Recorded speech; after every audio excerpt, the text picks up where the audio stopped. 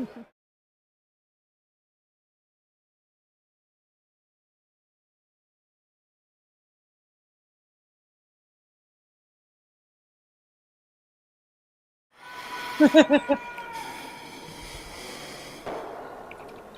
right, you guys, we're live, so you can go ahead and introduce.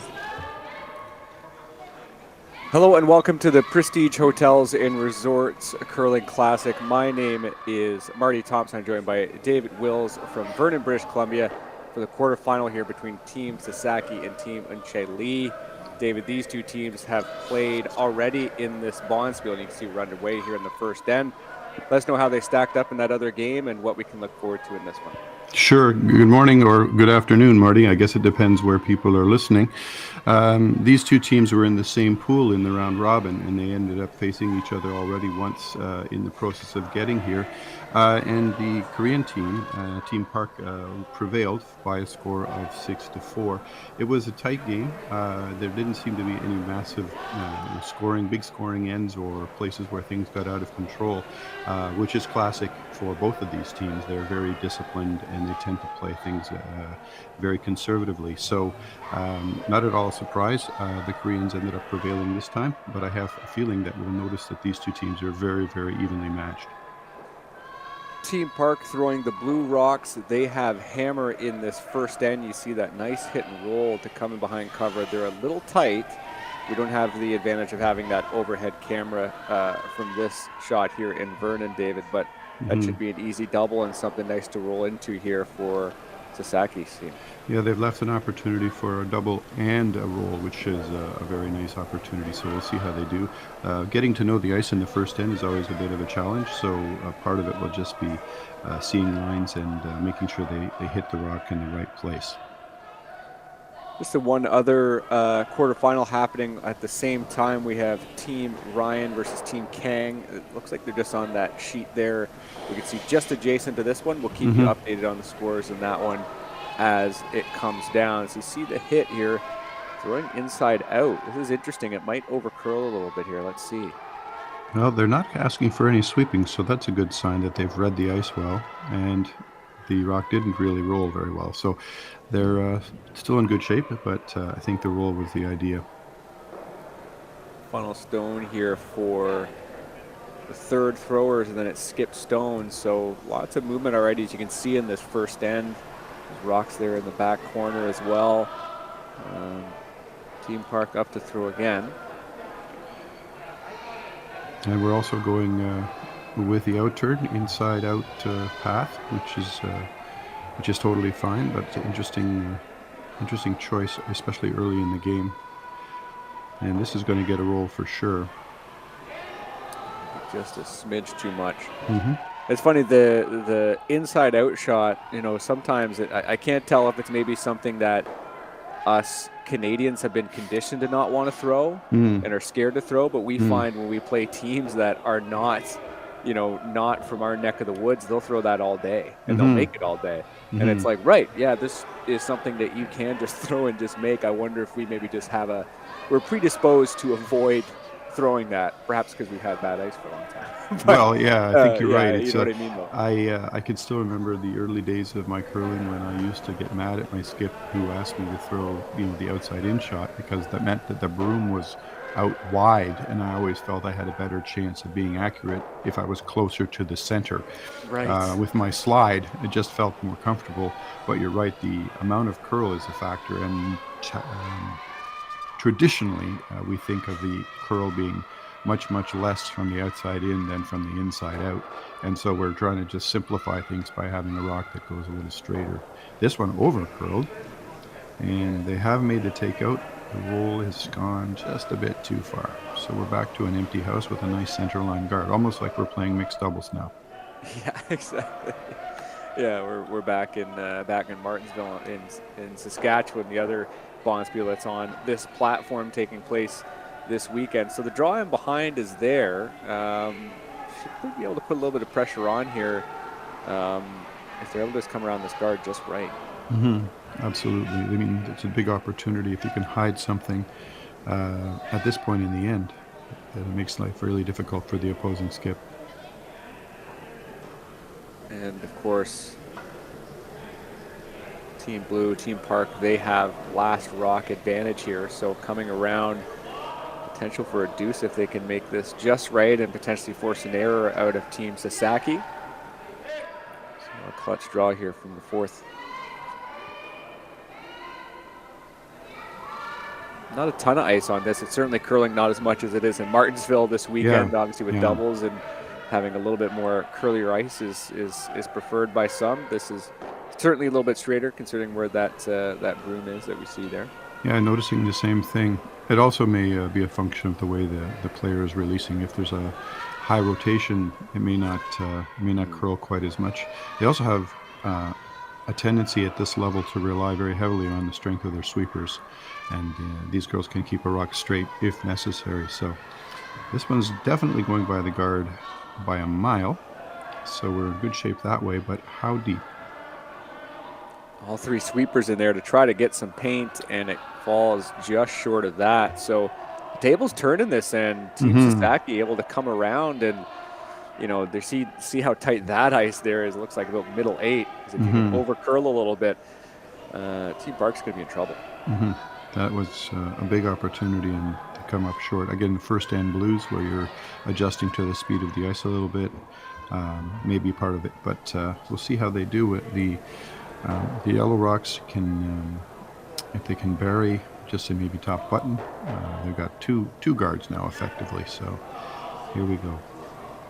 Mary Ogahara throwing the final stone here for this team in the first end here in Vernon. Real nice chance to come around. Another shot where the sweepers are right on it. Yeah, there's a lot of caution about over sweeping, which is nice to see. It means that she's definitely thrown it with a little bit of weight. Unfortunately, it's a heavy shot. She will be in the rings, I think. Did that drift all the way out the back? Not quite. Well, so now what does Blue see here? Is that wick there? Potentially.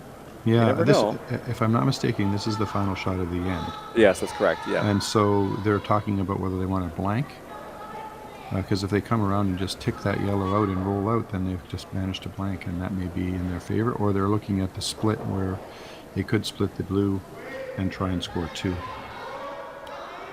Interesting idea. Yeah, it is. I think it's there because the shooter doesn't have to roll on by very much. That rock at the back is barely biting. It's tough in this case for tolerance for weight. Like you'd almost want to throw something like if you throw like close to like backline or Hackett. If you just manage to sail past that blue, you might actually still get away with a blank if it managed to pick that yellow rock out at the back with that softer weight. So yeah, lots to discuss about just considering where these rocks are located. It doesn't need to be perfect to get 2, but yeah, it's still got to be. Well, if they throw a heavy draw and try to tick the blue on the way by to move it onto the house, and if it doesn't, it just draws around, comes back to the yellow, and as a backup plan, they know at least that they should get 1. I think it looks like, based on where the broom is, that they're going to throw a little more weight than I just suggested. This has got to be somewhere in the hack to board range, and you want to clip the blue rock by about a quarter, or even a little more than a quarter of the rock. Okay, final stone for this Korean team, Team Park here in Vernon. In the first end, chance to take 2. Not a bad start at all if they can manage to make this clutch wick. Keeping this rock out, you can see it's maybe curling a little bit more than they thought. You're close to that quarter, like you said, David. Let's see if they can make this. We got to roll the shooter. I think it's going to work. Lovely. That is a fantastic shot. It's just got to come back a little bit. Oh, it fell out of the hair. Wow. Oh. Did not see that coming, David. It did not have that hook that you saw. Based on what I saw, and they didn't even measure, so I guess it was definitely off the rings. That's a shame. A fantastic attempt, as you can see, quite close for that team. We'll be right back from Vernon. see, 2 or 3 teams that might not be able to travel as much due to time or budget issues, and then they get a chance to come into an event like this and play some really great teams. Show up and compete for sure. Mm-hmm.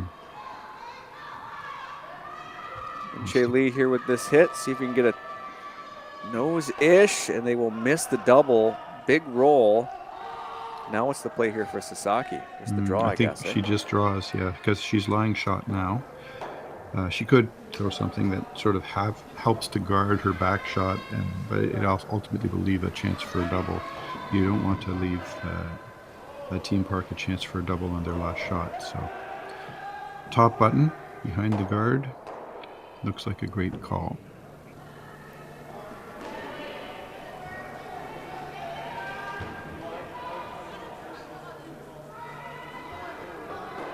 First of 2 skip stones here from Ogihara.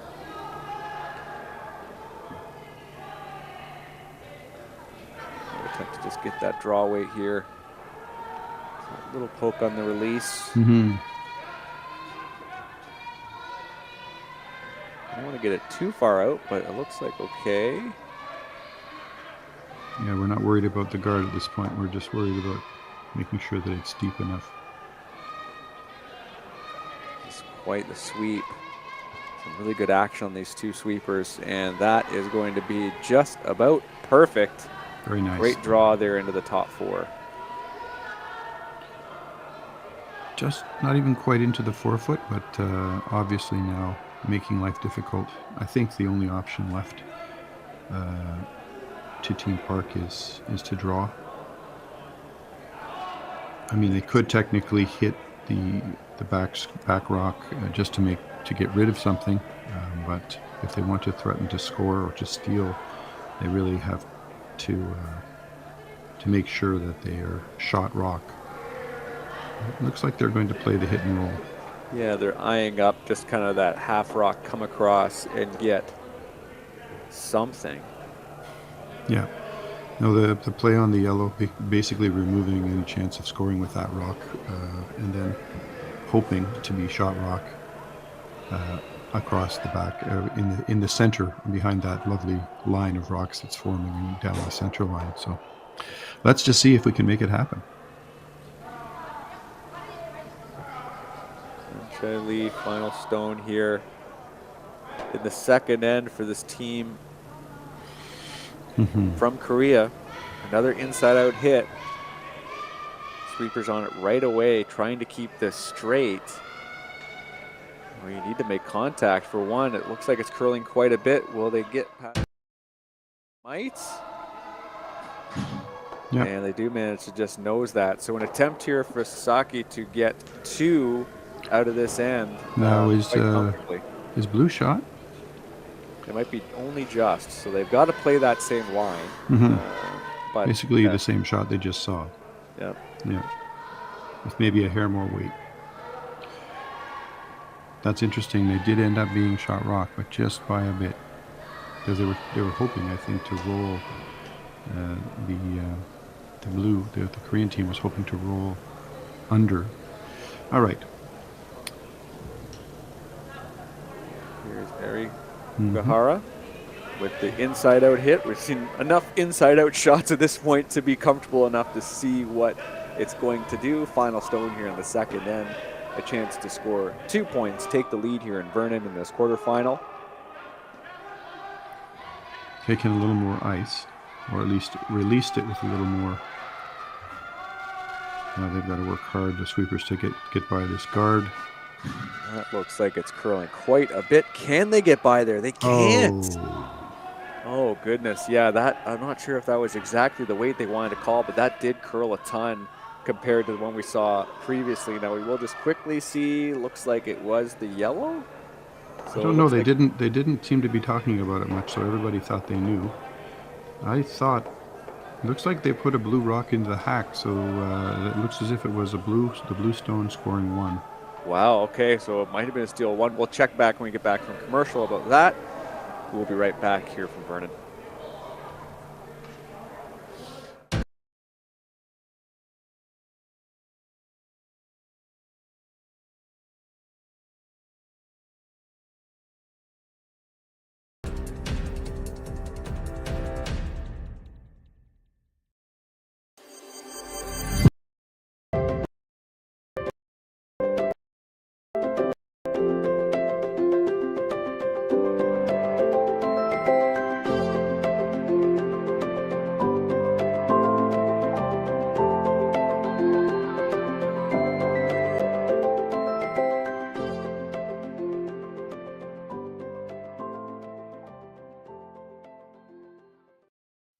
I don't remember a time when curling wasn't a part of my life.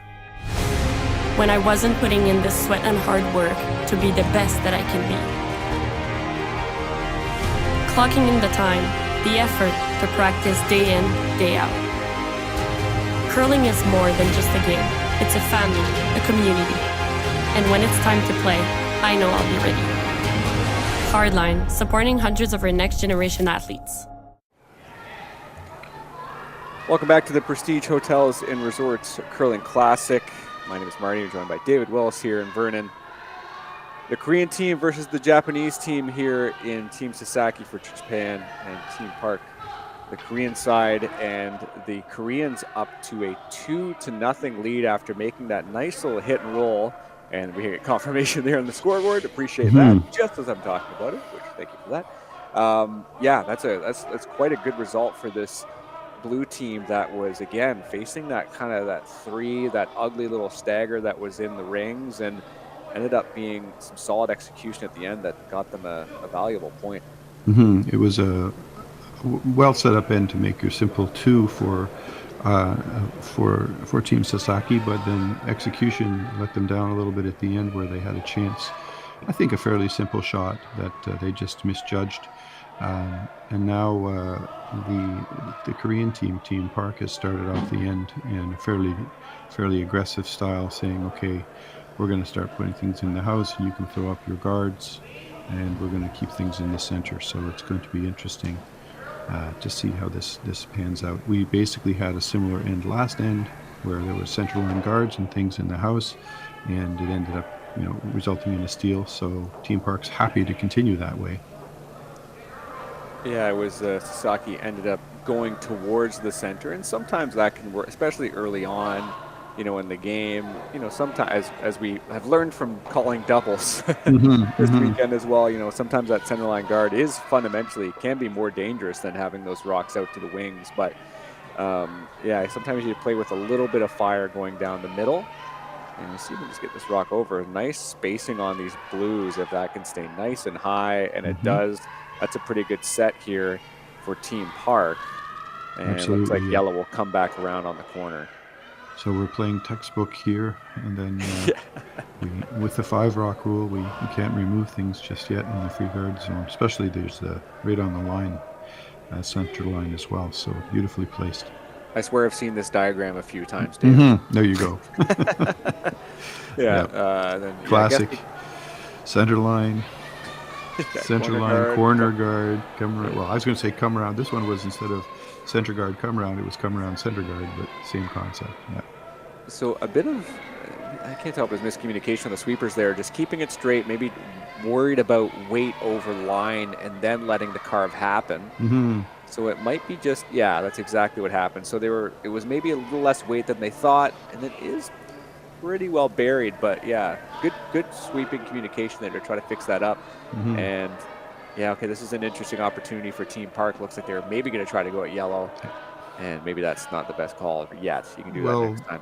I think they would have done more about the yellow rock had it been shot, but to me, as far as I can tell from the screen, the blue team is still shot rock.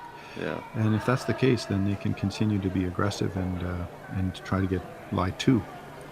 So let's see how they do. This looks like the call. They're just saying draw the 4-foot, draw the button, and we'll have a nice line down the center. Here comes the draw in behind here for Team Park. Second stone's coming.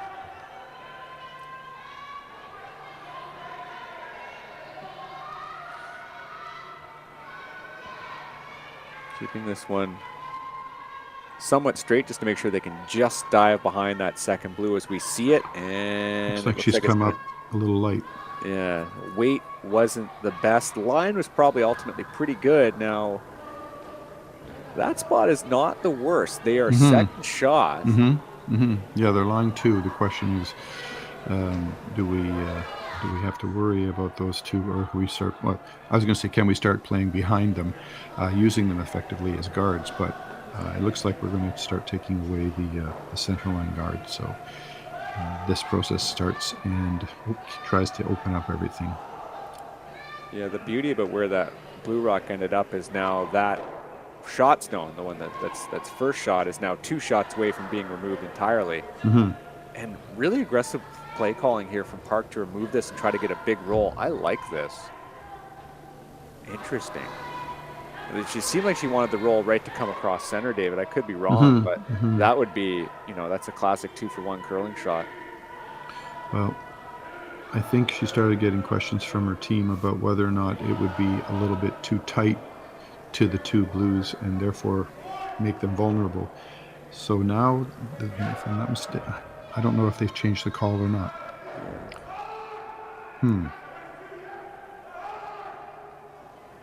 No, by the weight. If exactly. If it seems down, it's still the hit and roll. They're trying to hit the yellow guard and roll back toward the center.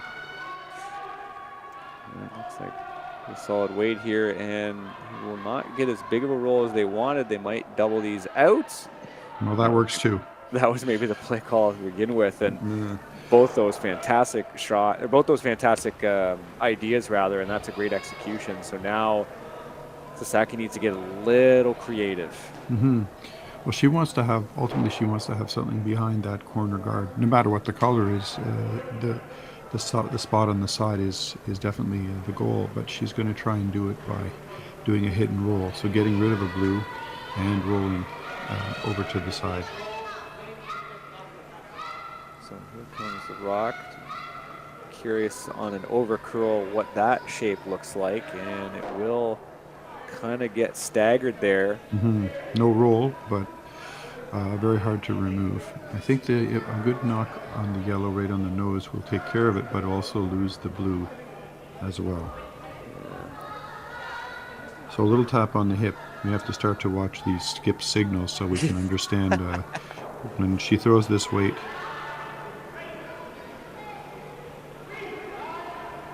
I originally thought that we could count on skips to use a completely similar series of signals across the world, and I've suddenly realized, no, different skips signal in different ways, so you never really know until you watch the shot. You said suddenly you noticed that, or? Well, but yeah, over time, I mean, this whole, originally there was, certainly in Canada at least, there was a series of signals that in theory we all used, that we all understood. But not anymore. No. And that's fine. That's fine. I mean, within your team, it's like if you talk about teams that use signals like football teams or whatever, they can have different systems for talking to each other. As long as they understand within the team, nobody else really matters.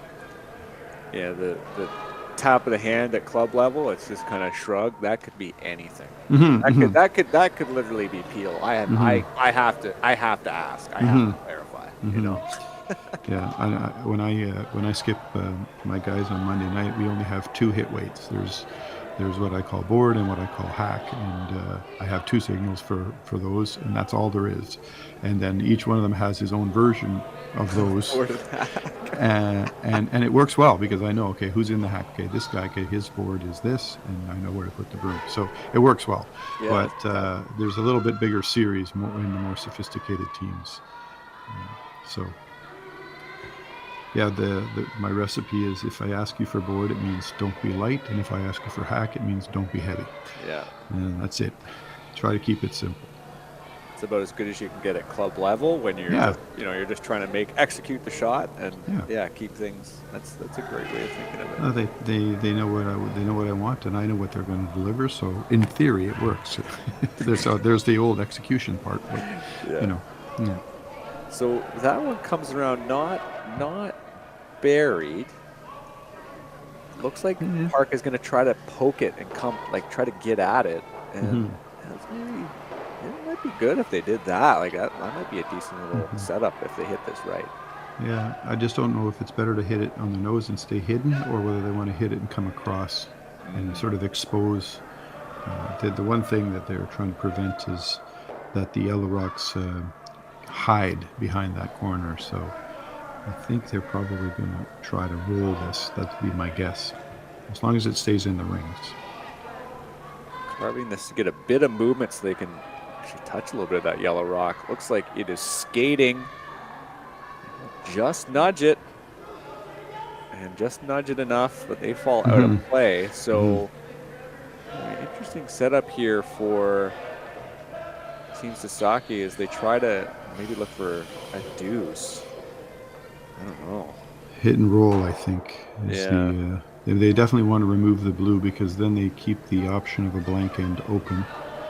And they definitely will try to just get underneath that corner guard, use it to their advantage. Tight broom, so probably a little bit of weight coming on this.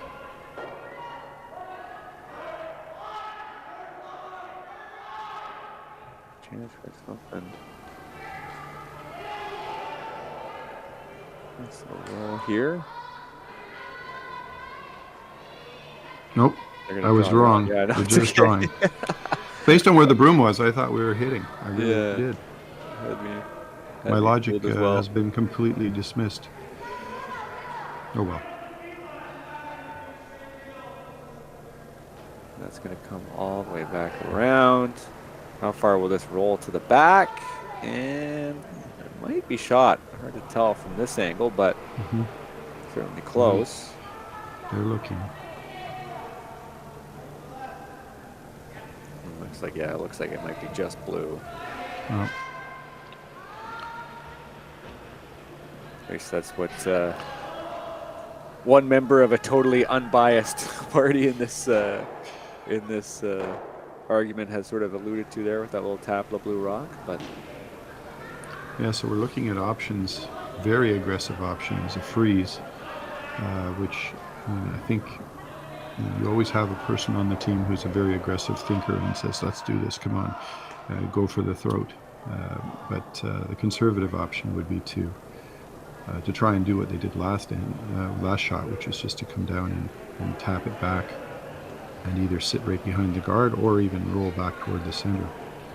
They also have another option, which I don't think they're even thinking about, which would be to split the blue with the shooter and have two that are sort of separated in, say, the top 8 foot. But that's a more demanding shot. Looks like they're playing the freeze, or I guess tap, back on the yellow behind the guard. They want to make sure for sure that that yellow is not shot rock. And the one way to do it would be to move it at least an inch.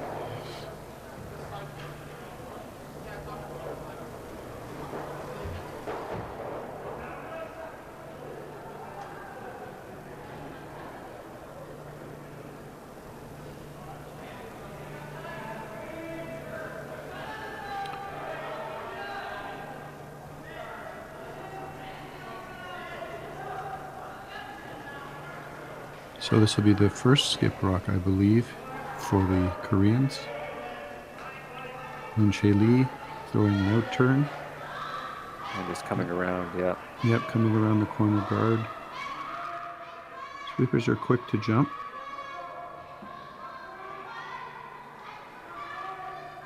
Still a little bit of movement on this. Yep, the line looks great. Just a question of if they can get it back far enough. And that is quite good. Lovely shot, yeah. Now blue is definitely lying 2, so that's the other thing. That top blue is definitely now better than the yellow. Blue continues to put pressure on in this game. Sasaki looking for a skip's deuce here. In the third, they're down 2-0. And yeah, some great shot making from Team Park. Holy cow, that is just a great spot for that blue rock. So essentially, the only option that Eddie has now is to come down and sit right on the blue. It's essentially the same shot again as we just saw with Moon-Chae, is just to throw it down and freeze on the corner. And it's all about throwing the right line, but then also having your sweepers manage it all the way down. And a quick update from the other sheet here. Kristen Ryan took 1 in the second, and they're up 1-0 over Team Kang. And that game is now in the third end. Kang with the hammer. Back to our feature sheet. The come around here for Sasaki. Line looks really good. And some fantastic sweeping on this team. Ooh, over curling a little bit on them. And that is going to come up short. So blue now sitting 1, 2, and a draw to the 4 makes that 3. That's the call. Yep. Wow, Team Park with a fantastic opportunity again to continue to put pressure on Sasaki. Absolutely. Unfortunately, that one was a simple case of insufficient weight. And as soon as you get that, it over-curls. They did get it by the guard, which was admirable, but it over-curled in the end and didn't really even compete with either of the blue rocks to be second or shot or even second shot. So that's a shame. So now we have the opportunity to draw around the center, top of the button. And that will put enormous pressure on Team Sasaki for their final. They're having a chat, and I really don't know why. I wonder whether they're talking about whether they should throw the in-turn or the out-turn, or... Might have just been on this. Oh, they're signaling something here to stick on the. Yeah, I think they are. You're right. They're debating which side maybe. It's tough where the tolerance is just to sort of stick a little bit wide. You know, like if you're anywhere along that 4-foot path, you know, you might give her some kind of like hit and stick or something, but. You know, tolerance would be to just be showing a little bit behind that rock there that's in the top 12. You don't really want to wreck on it, I guess. But anyways, final stone here for Team Park in this third end. They don't have hammer, but they're sitting 2. Chance to sit 3 with this draw. Yeah, the only thing I would have said, as you say, tolerance-wise, was just making sure you're not heavy. If you come to the back of the 4-foot and you give them something to throw to, that's the only real danger. But this is not happening because the sweepers have figured out that it's not going to be heavy, so they're working and left it exposed, interestingly. Yeah, there's something there. Maybe that was just it was just a little bit wider than they wanted, but this puts, okay, that makes sense. So Ogihara is going to just try to hit and stick on that blue rock to score the 1 and get out of this end unscathed, hitting it at 3. Makes for an easy decision when you have that situation. Simply hit and stick around. You can even afford to roll towards the center, I suppose, but and there is, this is what we are starting to call in our classic terminology a force. They are forced to take 1, which is what the goal is, I suppose, for the team without hammer, and then take the hammer back. So it looks like Team Park has had an amazing end yet again. Okay, final stone here in the third end. Team Sasaki looking for that hit and roll. Staying a little wide on them right now. That's okay. Oh, this looks great. And it comes in. Lovely shot. Again, with the pressure on. Shooting against 3. Ogihara, nice little stretch to the shoulders there. Maybe a little relieved to make that one. Score is now 2-1 for Team Park. They have the hammer going into the 4th end. We will be right back here from Vernon.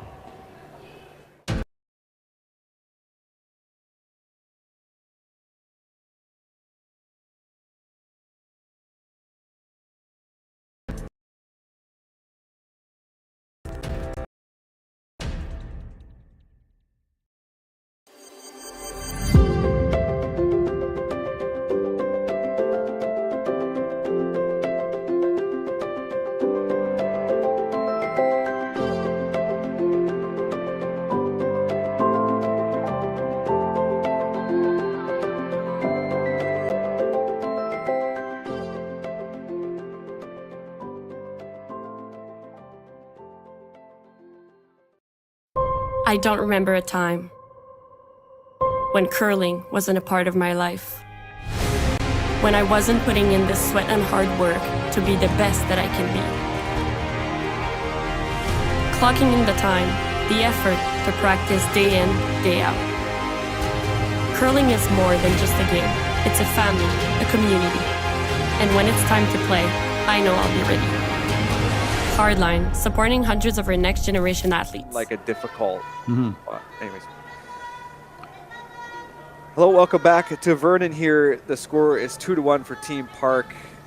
They have hammer, and they've been playing quite well here, David. You were just saying there just briefly in the break, some great execution from this team, and Team Sasaki has really not had a lot to shoot at, especially when her 4th Ogihara comes up. No, you're right. I mean, she's played a good end in terms of managing to keep the rocks and keep their opponent under pressure. It's always nice when you feel like you're calling the shots or you're taking the initiative, and your opponent is simply having to try and respond and keep up. It's a good recipe. So far things have gone well. After the centerline guard has come up, Youbeen Park has actually gone with the aggressive option. Instead of throwing a corner guard, she's going straight behind. So this is a very aggressive decision to go with that right off the bat. Youbeen Park has been playing quite well this entire spiel. 4-1 through pool play. That's ranked for best amongst both pools there. And as you mentioned, had some good games against Sasaki as well. They've played well. They've played well, so they certainly deserve this opportunity in the quarterfinal. Tennessee move on and win this spiel here as the weekend continues. Yeah, we have a very nice little draw played again by Team Park to get things going aggressively, and the Japanese are responding with a shot where they're just going to try and put one right on top of the shot rock in the forefoot. They can't remove the centerline guard yet, but if they put a rock in place behind, in theory, when they do get a chance to remove the centerline guard, they're going to have some great options. But this is turning into an end just like mixed doubles. So we're watching this attempt to freeze essentially onto the nose, and it looks beautiful. That is great execution there. That's a tough shot to make, and it's well done. Shrinking the scoring area to a certain extent, sort of keeping things in control and really controlling the middle part of the house. That's fantastic. It looks as if we're adding another one to the pile. This is going to be very interesting once we start removing guards to see what will all end up happening. Great shooting though. Boy, everybody is playing so well. Yeah, they're reading the ice quite well here. Fourth end, be prepared for a little bit of anarchy, it looks like, with how this house is going to be set up. This one's coming in quite nice, too, for another stagger. Jeez Louise. Look at that. It's nice when your front end, when you're a skip, if your front end can throw those shots. You know, you said, just put it here, okay. And away we go. So they still can't remove anything yet, at least not the center guard, but they're coming in yet again. And I think the idea will be to hit it with enough force to kind of jiggle things around and cause some separation.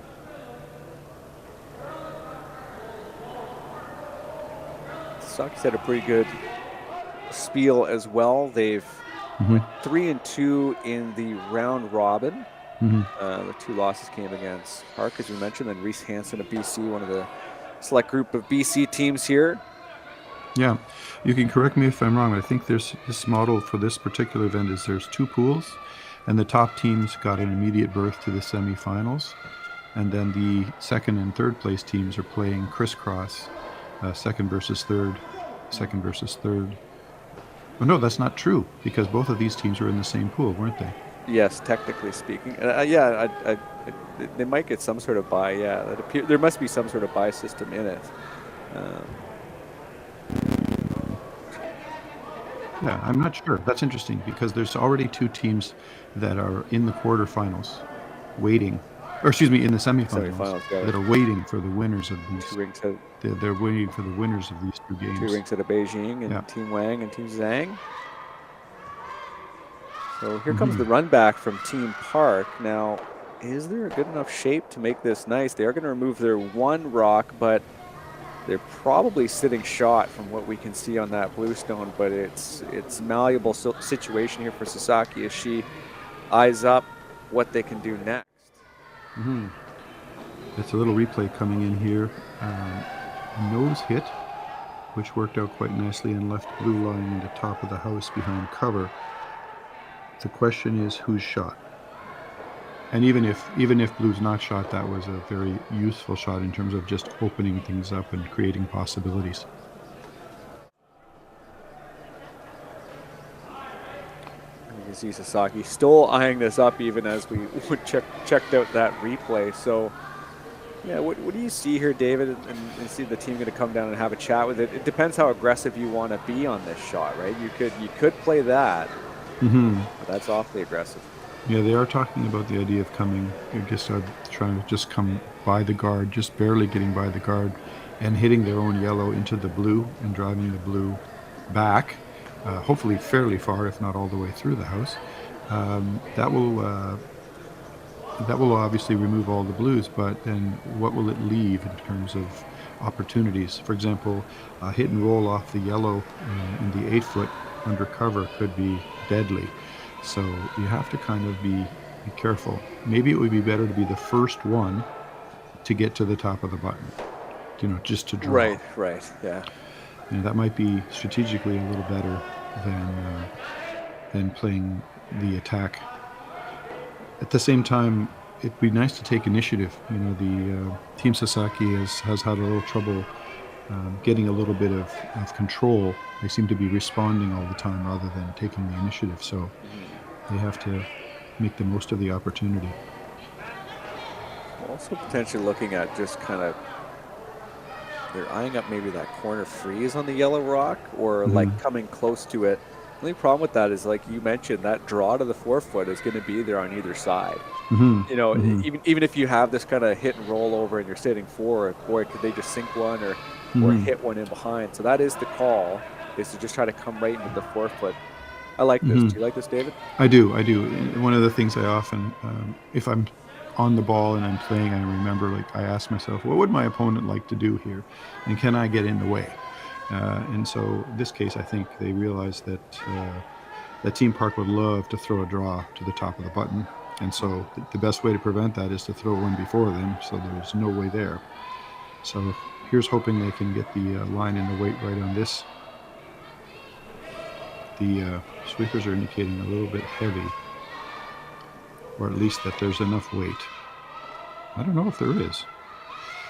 A little bit of no man's land here. A little wick potentially off these yellows. No, it'll come all the way through, and it will be just protruding out to the left-hand side of our screen as we see it here, David. But that's not a bad spot for that yellow rock. It could potentially force a miss out of this Team Park that they have not had many misses today. There's a chance for that. Yeah, you're looking at if they do hit the yellow that they just threw, they won't be able to sort of stick around unless they try to come at it from a different angle. Here we go. We're starting to look at the run back, which could be very interesting. Well, a couple ways you can miss this as well, eh? Team Park. And you want to open up the center. So she's trying to hit it on some kind of angle and theoretically get rid of something yellow in the house. So here we go. So the run back's on the way. Gonna carve it over just to get a piece. Looks like these hits are maybe just falling a little bit on them, eh? Like it's you play a little bit of weight, and you can even see it from this angle. I know we're not in Vernon. It's hard to make too many judges on weight and line and how the ice is reacting, but it does seem to be falling. Like that. Totally agree. Kind of just not in the way they were expecting, for sure. No, I mean that almost ended up looking like a peel, and I don't think that was the goal at all. I think they wanted that rock they were driving back to be in the house somewhere, to hit something, which is a bit of a strange outcome. However, things are still wide open now, which means that Team Sasaki has to be very careful. So putting the guard back up here for Team Sasaki. Maybe even a hair better coverage for that little draw they threw. Yep.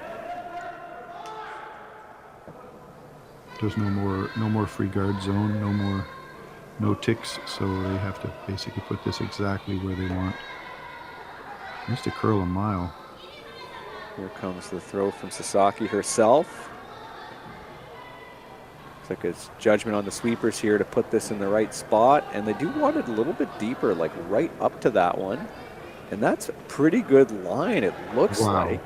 Yeah, actually that turned out beautifully. I'm surprised it curled as much as it did at the end. She obviously has read the ice well. That was a great result. So now it's pretty simple for Team Park. You kind of have to make this hit and roll, or at least it seems like it, first. try to sink one in there. But even if you do, and you don't get a big roll, there's a chance they could do yellow, yellow, blue, blue, depending where the shooter rolls. Mm-hmm. That's I mean, tricky. there's definitely a few in-off type hits, but they're asking themselves if they can hit the yellow rock at the top of the 8-foot. There's not much of it showing, maybe half, a little less than half. That would be ideal, but they're asking themselves if they can actually make that a little angle type hit. The risk they run is if it doesn't curl properly and they clip their own blue, they're going to be in big trouble. There's starting to see a lot of yellow in the house. There's 5 rocks now, so it's time to take care and make sure you don't leave a nice opportunity. So they're also eyeing up just on the right-hand side of our screen, right there, hitting the rock right where the broom goes, because there's a couple ways you could miss that shot. If you're awfully thin, you could just slash it and come right down to the yellow at the top 4, or maybe push that blue out to the side, or if you hit it flat, you might have something you could. There's a couple ways you could make this one. Now, looks like maybe they're trying to hit that rock at the outside and try the double. Yeah, I mean, you lose your shooter if you do that, and I'm more in favor of leaving a blue rock around. Because it could ultimately be something you could use later on. But so something they could do is play a soft weight and hit that one, like just throw something that's not a ton of weight and hit right where that broom is there on that yellow rock, because then you could maybe promote that blue rock slightly and then also have another blue rock, your shooter sort of roll a little bit. You would give Sasaki, the yellow team, a chance to double them out, but at least you're forcing them to do something.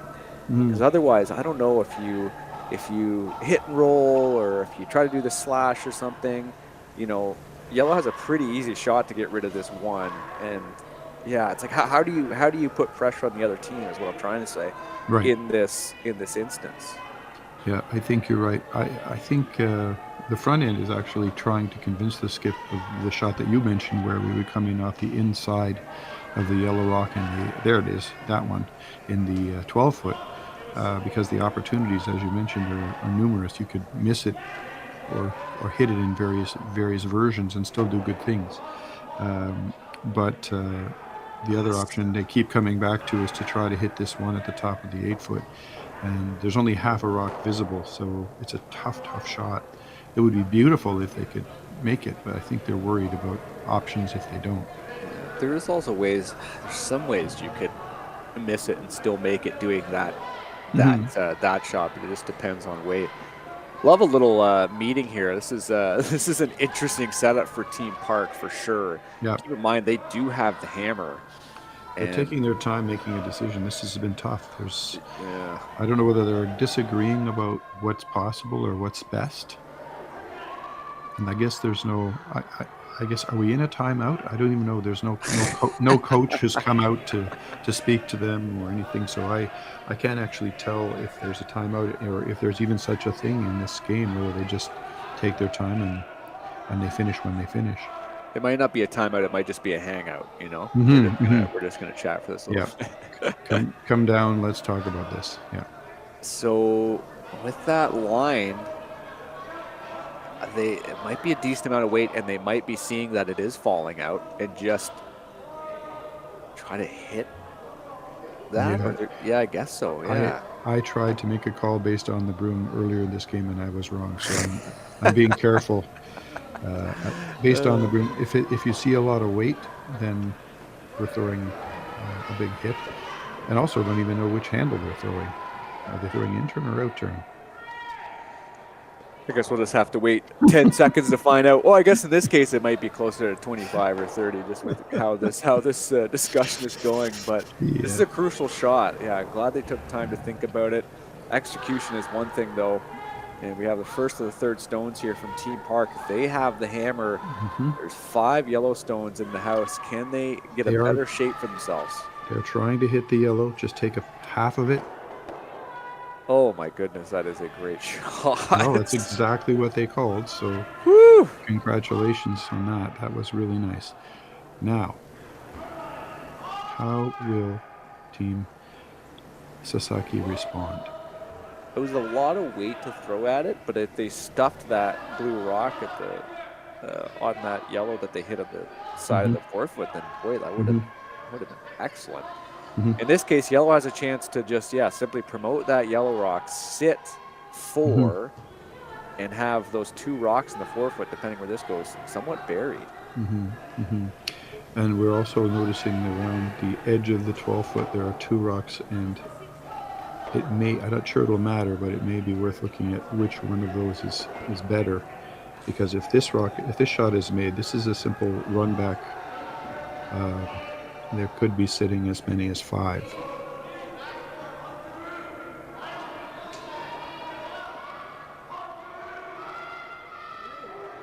And here comes the run back.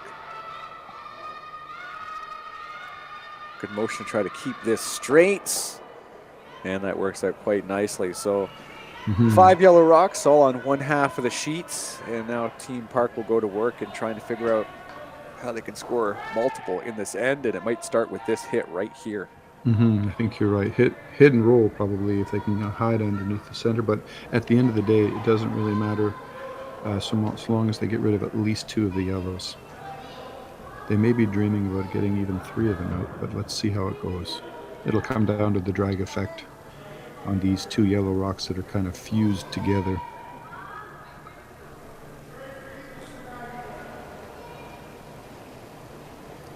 Stone from the third here.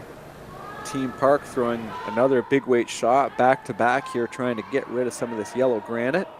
Throwing it maybe a little tight, getting the sweeper to keep it out there. And falling again on them just a little bit. And it will go behind some cover, but quite neatly so. Sadly, they are only 3rd shot. Yeah, that was a little bit of a unfortunate result because with a shot that good, I thought they would have at least had 2nd shot. But it looks like yellow is lying 2. Yeah, and definitely in the driver's seat now. Chance to just attack the forefoot. Yeah, right about there. Get it somewhere buried, and then you're in good shape. Yeah, middle of the 8-foot on the line between the 2 yellows that are already there would be lovely.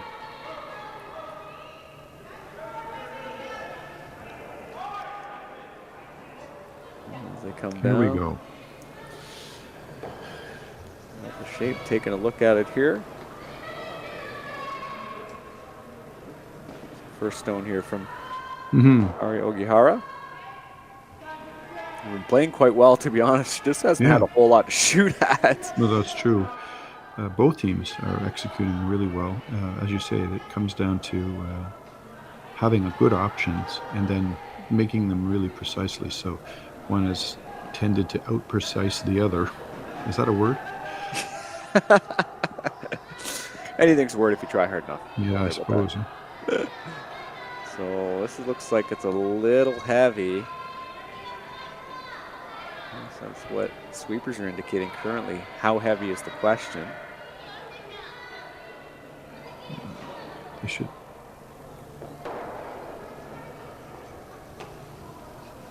Okay. A little bump, and now there's a bit of a pocket. If the Team Park wants to come down with their blue stone and just sit right in that pocket, or I guess in theory they could also just remove something, but wow, what an opportunity. Yeah, play the guard a little tight, and you might get just that little bit of motion. You saw how much that rock curled there, even though it sort of rested behind the tee line. If you could throw something that's just a little bit less weight, you could potentially get it right in there. And yeah, you're right, this is a great opportunity for Team Park. Already up by 1, you make this draw. You might be looking at a skips deuce here after, again, shooting against 4 or 5 at times in this end. Not a bad little turnaround.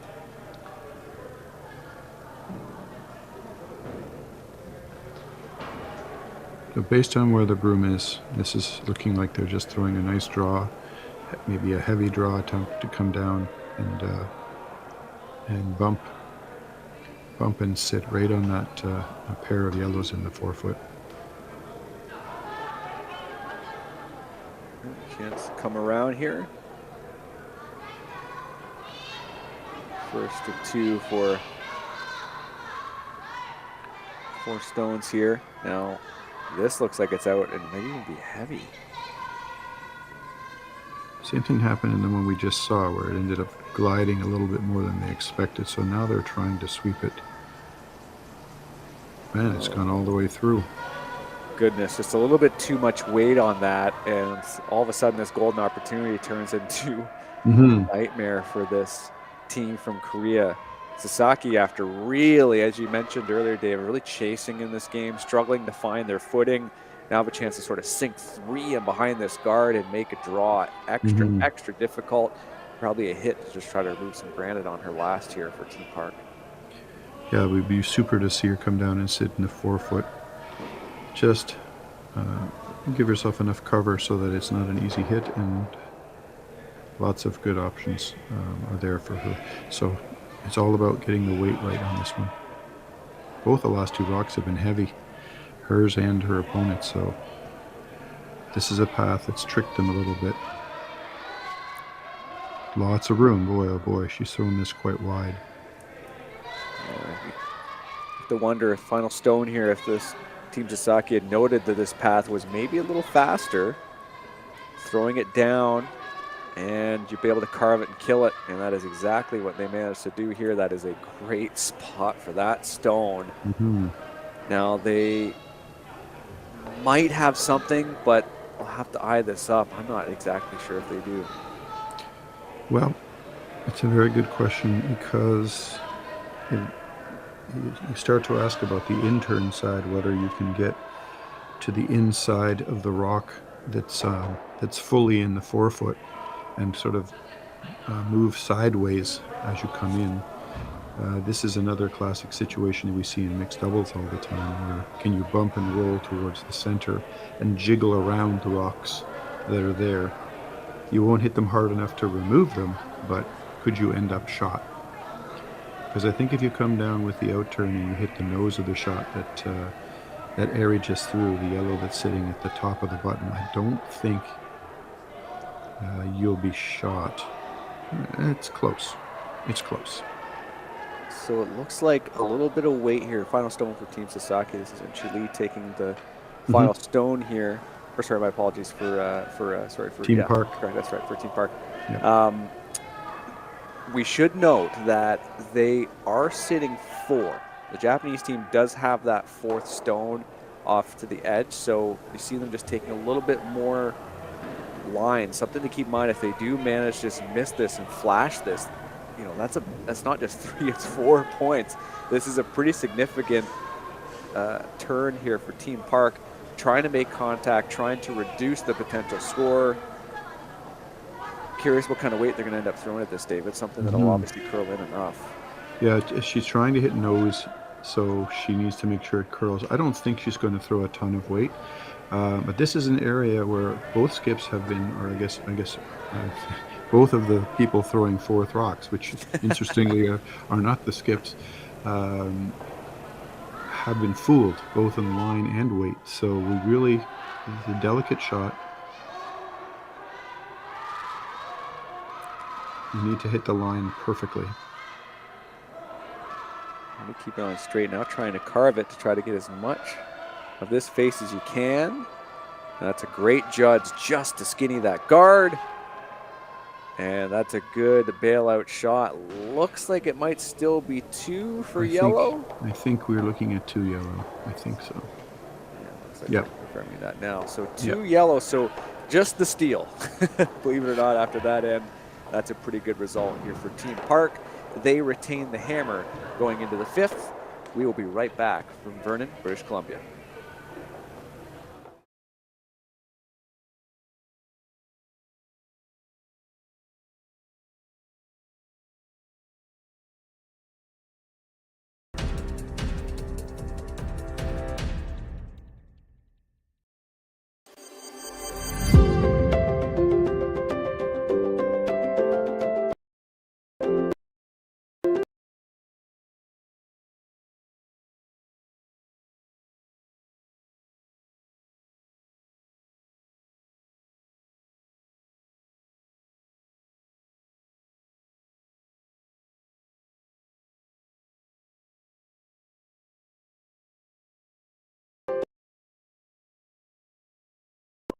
when curling life wasn't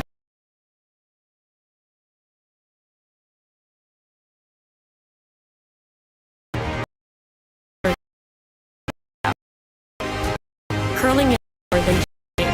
It's a family, a community. And when it's time to play, Hardline, supporting hundreds of our next generation. Not ready anymore then. Hello and welcome back to Vernon, British Columbia, Prestige Hotels and Resorts Curling Classic. Here from Vernon, and that was quite an interesting end here in the fourth, David. Here with Marty Thompson. Now, Team Park had a great first half, and they just ended up having some pretty bad breaks here in this fourth. Now, they retained the hammer, and it looks like they're probably going to go corner guards, be a little bit more aggressive, try to capitalize on how they have been playing so far in this game. But I think the story thus far, David, has been that end in the fourth, and real lifeline for Team Sasaki. They managed to really capitalize on it, and honestly, getting two looked like they might have got 3 or 4. So not a bad end at all. No, it worked out really well for them. I think one of the things when you're seeing teams like this is they're both very, very capable teams, and to have a game where one team is completely dominant every end is rare. It doesn't really happen, and we saw what looked like in the first 3 ends some pretty comfortable, dominant play from Team Park, and then all of a sudden, here comes Team Sasaki. So it's a reminder of how evenly matched these two teams are. Nice corner guard. Yeah, quite nice. Something to come around. A little extra work from the sweeping core, though. Wow, they were panicking a little bit on that one. So now we're coming around the center line and trying to bury. This is back to the textbook. Yeah, exactly. Yeah, textbook start to the end for sure. Yeah, these are some of the best sweepers in the world. It really is. It's incredible what kind of physicality it takes at this level, to move the rocks that they're able to do, and it's it really is incredible. You just see the speed there on that good mixture of speed and weight. That might not be the most weight down by percentage, but I know it's kind of a bit of a cliche at this point, but with the Scottish team, Bobby Lammy, how he sweeps, that is just as effective. And in this case, it's using your body weight to the best you can, and if you have limited body mass, you just use the speed to make up for it, and therefore it is good sweeping no matter what.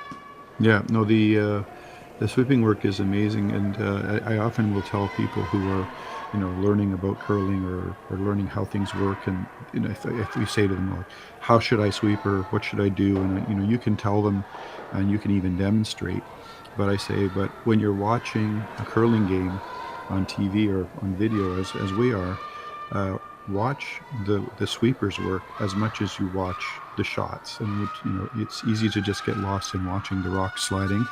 But if you watch the work of the sweepers, it's just amazingly good stuff. And you can learn a lot just by saying, okay, look how they stand, look where their feet are, look at their broom position. It's really fantastic. And they're all 4 of them very, very strong. They absolutely are. Yeah, sweeping is very much, it is a, how do you put this? I mean, it's ultimately a very objective discipline, but the science continues to show that it just comes down to what you can use and how you can use it, and I think it's good. It's just good for a sport to have that kind of I'd say looseness in that ability, because it shows the sport is already incredibly physically inclusive at all levels, but even at the highest level, we have sweepers that have this shape and body type, and then we also have the sweepers that we see from Switzerland and Italy at the top level, these 6'4" plus guys, and ultimately they're both incredibly effective in their own right. That's just good to see. Yeah, no, you're absolutely right. I mean, sweeping is a tricky thing to explain to people, because I say there's, I don't know how many factors that come into good sweeping. Everything from how tall are you, how athletic are you, how strong are you, how much do you weigh, what is the angle of your broom, how fast are you sweeping, how hard are you pressing on the ice, and even other things like, how old and used up is your broom head. Yeah. And so you'll say, it's like I tell, there's some guy in the club who's been using the same broom for the last 4 years. I don't care how good a sweeper you are. If you use an old 4-year-old broom head, you're probably not doing much. And they would say, really? Do you think I should get a new broom head? I said, yeah. And then they would go and get one, and they'd come up to me and go, wow, it made a huge difference. Yeah, I wrecked the first 3 shots I swept. Right. Thanks, man. It just completely destroyed our first. We gave up a 5, and then we were done. Yeah, no, it is. It's the other difficult thing too is you see this sweeping here from Ogihara, that like high hand, low hand style. It's there's a lot of things that a lot of things with sweeping that are kind of unsaid even at club level, right? Where there's some things you don't really know until somebody comes and tells you, hey, like you got to replace your broom head. And even at this level, they've obviously put lots of thought into how they actually sweep and how they do this motion, because they're curling, as you mentioned, all year round, right? This is not a fun thing they're showing up to. And there's that subjectivity to it that's important, but also you just need people to just sort of set those guardrails for you. Like you said, it's just like, oh yeah, kind of follow this person, they seem to be good at it, and then like that's it, right? And go from there. Or little things, you throw around words like open and closed sweeping styles and things like that, and people don't really know. And then you say, well, watch this person. They sweep open or they sweep closed, and then they say, oh, okay, now I understand. So when I do this, I'm closed. I say yes, and they say, okay, nobody ever told me that. So a lot of times we learn by osmosis as well. The more you watch, I think the more you learn, and you can pick up little things. You watch a curling game and say, okay, I'm going to watch and I'm going to try and remember or learn one thing from this. What can I learn today? And a lot of times, if you look at the sweeping technique, there's tons to learn. So. We have a nice setup here for Team Park with those 2 Meldis. Sasaki's a chance to get some of that blue granite moving well. It looks like that's maybe the shot just to come down this path right here. I think so. This is they can't make the double. Well, I don't think they can make the double, but they're already looking at making sure that 1 blue goes and that they have 2 yellows in the house. And that's going to give them a lot to work with. This is the last 4 rocks, so they're already halfway through the end. And they need to make sure that they have things to work with. Again, really conservative weight. And we're not seeing any time in this game. I don't know if you agree with me, Marty, but it seems to me that their hitting has all been really quite finessed weights. Like I'm not criticizing. I don't think it's a bad thing, but except that when it over curls. Yeah, exactly. Like that.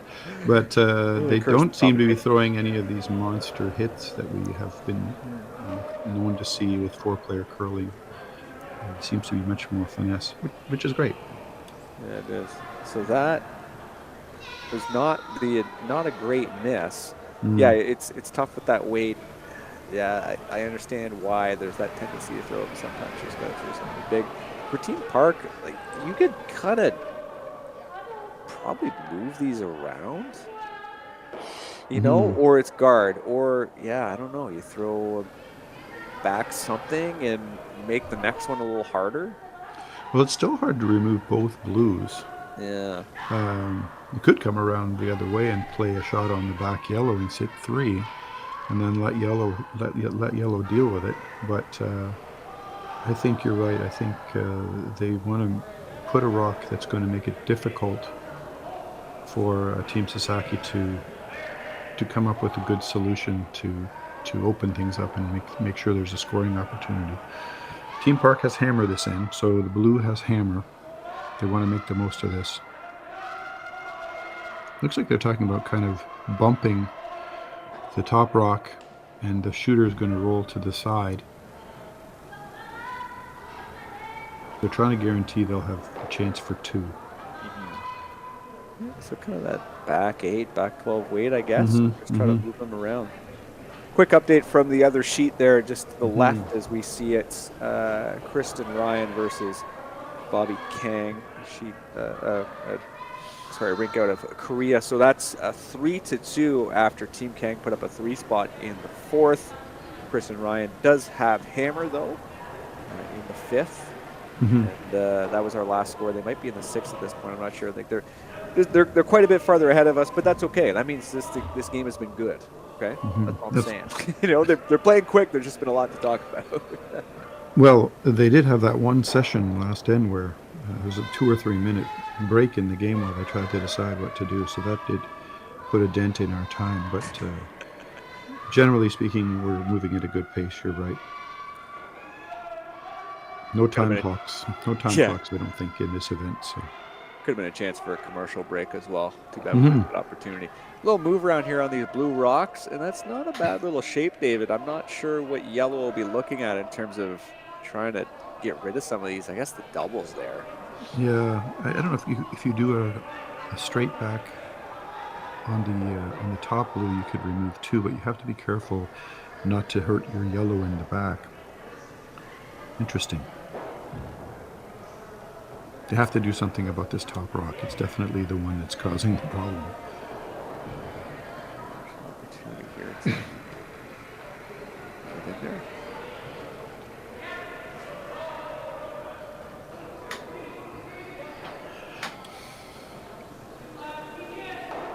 Of course, we've got streaming here on Curling Zone's YouTube channel, Curling Stadium in Martinsville, Saskatchewan as well for the mixed doubles event taking place there. That's going to continue on today.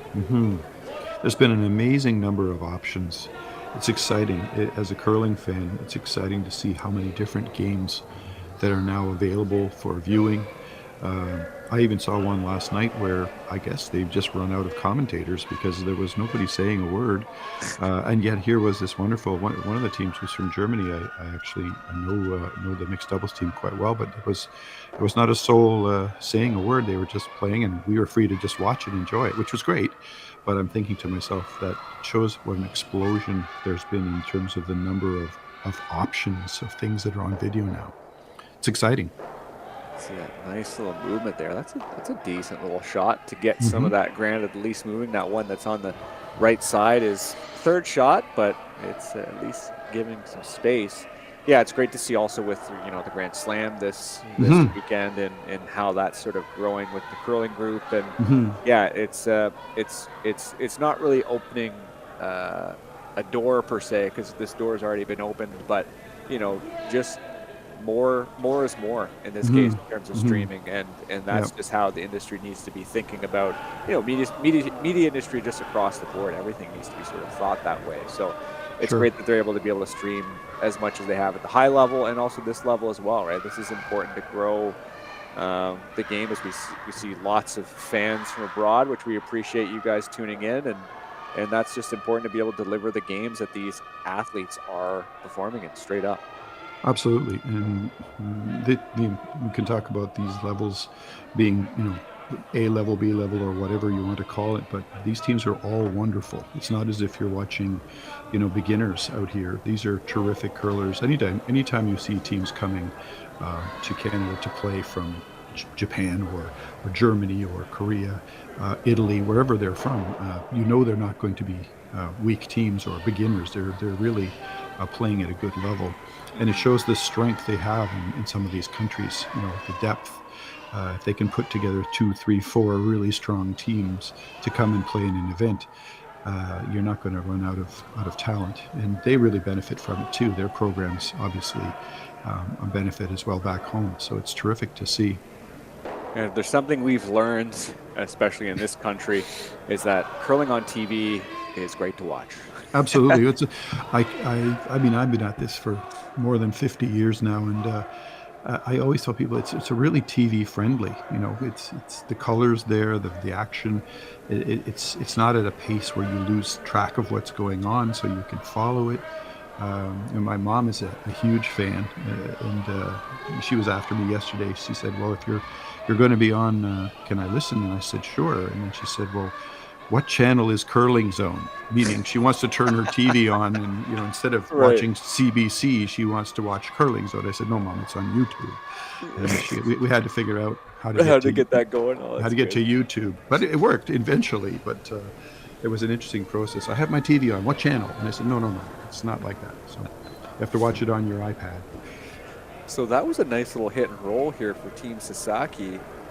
Team Park in a difficult situation if they want to unlock these other blue rocks, potentially have them as scoring. Mm-hmm. Come around, tap back, I guess, eh? Yeah, you just have to be careful because, boy, oh boy, it's not quite behind cover, but it's. I don't know if you can get to it and run it straight back. That's the goal. And sit 3. Let's hope. Or you hit it with weight and knock it sideways and your shooter is out, but then you still have 2, which is the other option. Based on where that broom is, boy oh boy, I don't know if I can predict which one they're trying. I think they're trying to hit it through the hole between the 2 blues and stay in the house somewhere. Team Park could really not ask for a better spot for that blue rock at the back 4. It's just tricky enough to make this last shot here or make this next shot rather from Team Park.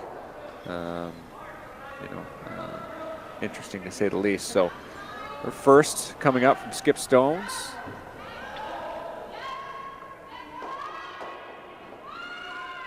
Yet again, just finesse level weight.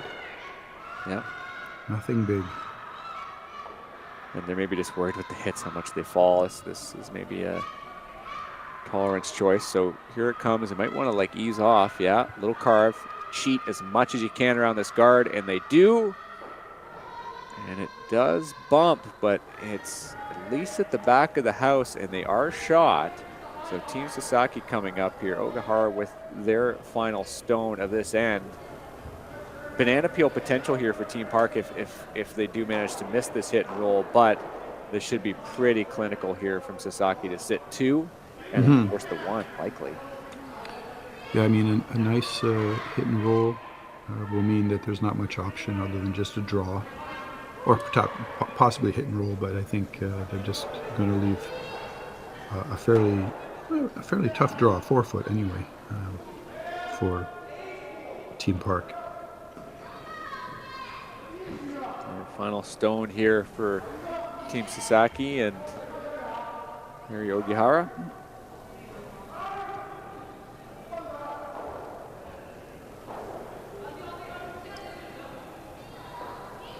Now again, not a ton of weight. Wanting to keep this straight.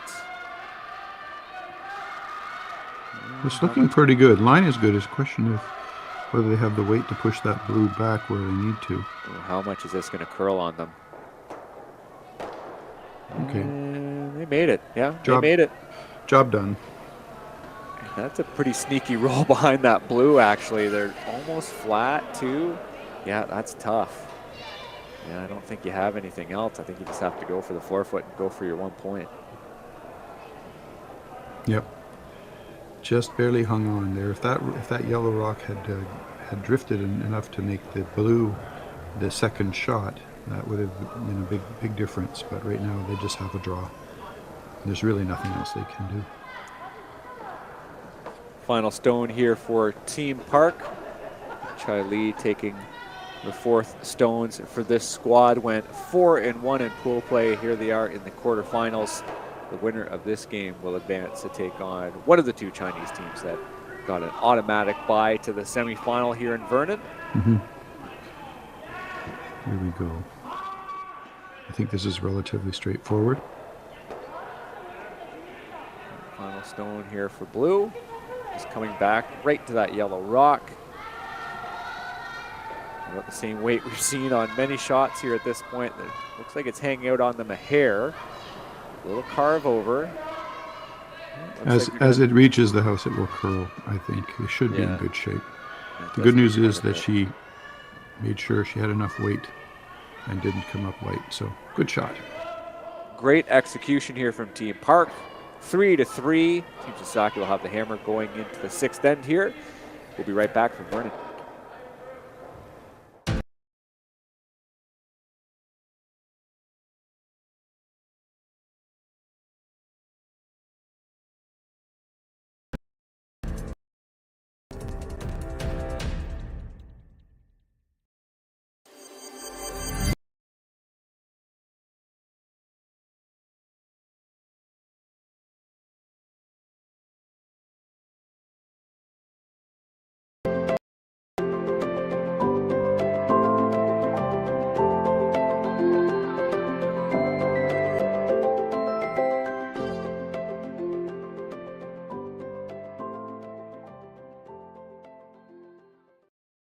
I don't remember a time when curling wasn't a part of my life.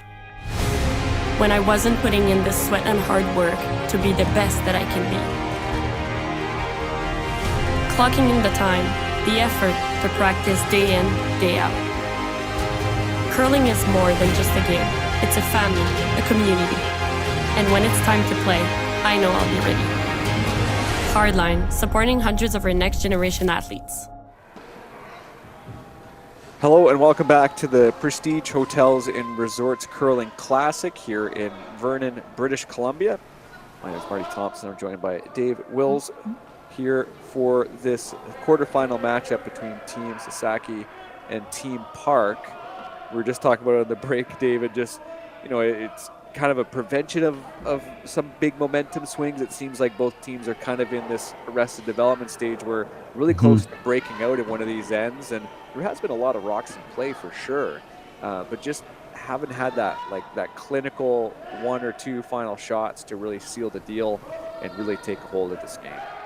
I think you're right. It's been a great game, but it's interesting how it looked at the beginning as if maybe a Team Park was sort of seizing the initiative and really forcing Team Sasaki to react. And but then along came, you know, the third end, and then that totally changed. Sorry, the fourth end, and sort of changed everything. So they're really trading, trading initiative at this point. We have 3 ends to go, and it would be really, really nice to see one of the teams step up and sort of take over. But these two are very evenly matched, so there's no way of knowing exactly how they'll go. They're definitely playing conservatively, which is classic for both the Korean and the Japanese teams, I find. There's not a lot of risk taking, but there's definitely opportunities as we get closer to the end, especially with a tie game. So let's hope we see some bigger, or maybe a little bit riskier initiatives coming in.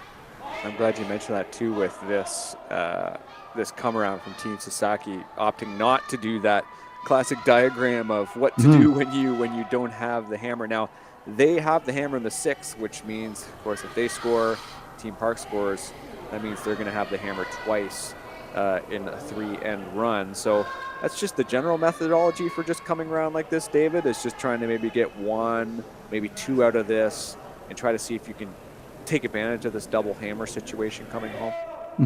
I mean, it looks a little funny at the beginning, especially if you haven't got that much experience, where you're looking at it going, why do they keep putting rocks behind the guard? I mean, what good is that? Well, what happens is we put a few rocks behind the guard, and then at some point in the very near future, somebody's going to get rid of that guard. And then what happens? So we're preparing, I suppose, for the fireworks that are coming up sort of after the first 5 or 6 rocks have been played.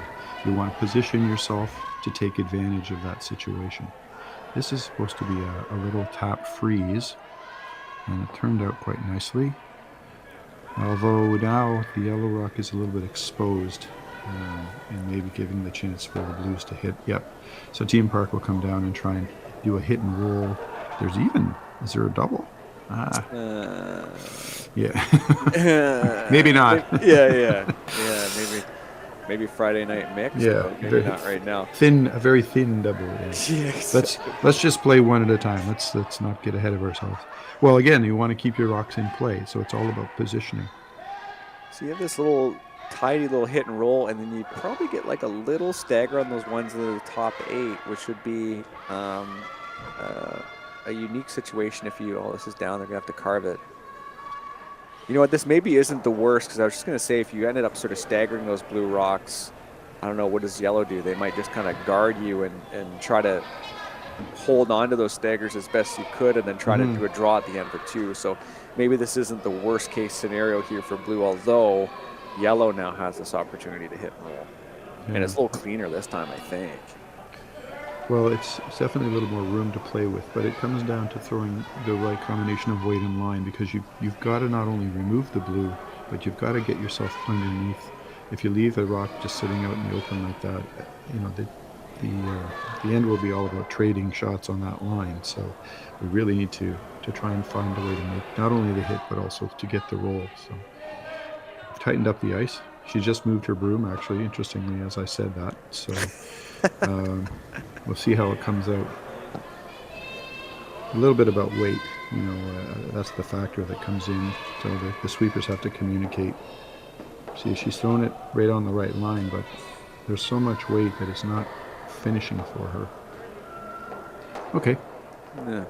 It's hard to tell there, David. I'm curious if you caught that too. Just like, when somebody lets go of a rock and that inside sweeper gets on it right away and you end up pushing that path out a little bit. It was hard to tell just because we can't quite see that opening stanza, although it looked like the inside sweeper just backed off. That's something that I feel like more, especially at the club level, more curlers are sort of getting attuned to is, the term killing the rock, but really just pushing it out that at the very fragile beginning part of that arc can be very detrimental. I'm not saying that's exactly what happened, but it looked like that might have played a factor in how that ended up just being a little bit straighter than they thought. Right. Well, I think you're right. It's interesting to watch because one of the key, I think, ideas is that the inside sweeper is getting on the rock quickly and keeping it clean, making sure that there's no debris or other funny things that happen. It's not really about sweeping it in the traditional sense of trying to help it move or trying to help influence it. But a lot of times, as you say, if they lean on it a little too hard, if the clean becomes a bit too enthusiastic, it can be affecting the actual line of the rock.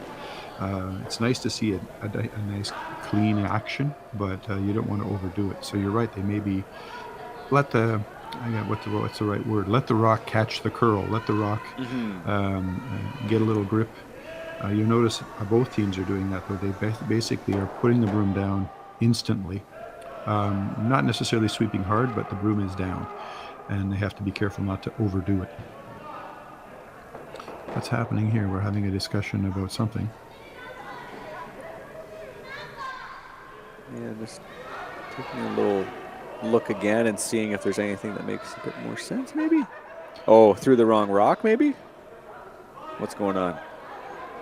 Oh, it looks as if one of the yellows from the other sheet and one of our yellows have been crossed. That's fun. That's great. All right, well, there you go. Yeah, they're laughing. Everybody's laughing. Okay. So at some good point, eye, good attention to detail. There you go. How many rocks we got left? Maybe one of those. Well, the number of rocks is correct, but somebody's noticing that how we have a sheet 4 and a sheet 5, and then somebody's noticing, wait a minute, this is not from our sheet. 4 and 4, yeah. Yeah. There we go. Okay, I see there. All right, guys, let's go. I think we got it now. And of course, the conversations are in different languages. So who's talking? The two teams that are Korean are talking to each other. Oh, sorry. The Korean teams are talking to each other in Korean, because the one on the next sheet, one of them is Korean. So, all right, I think we've got it.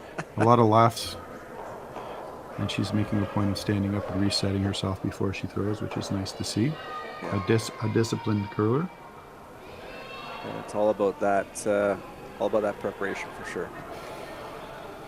Did you end up sort of working a little bit with curlers in your sort of coaching background, David, on that kind of stuff specifically, and the sort of sports psychology element of that, and just getting that reset for yourself?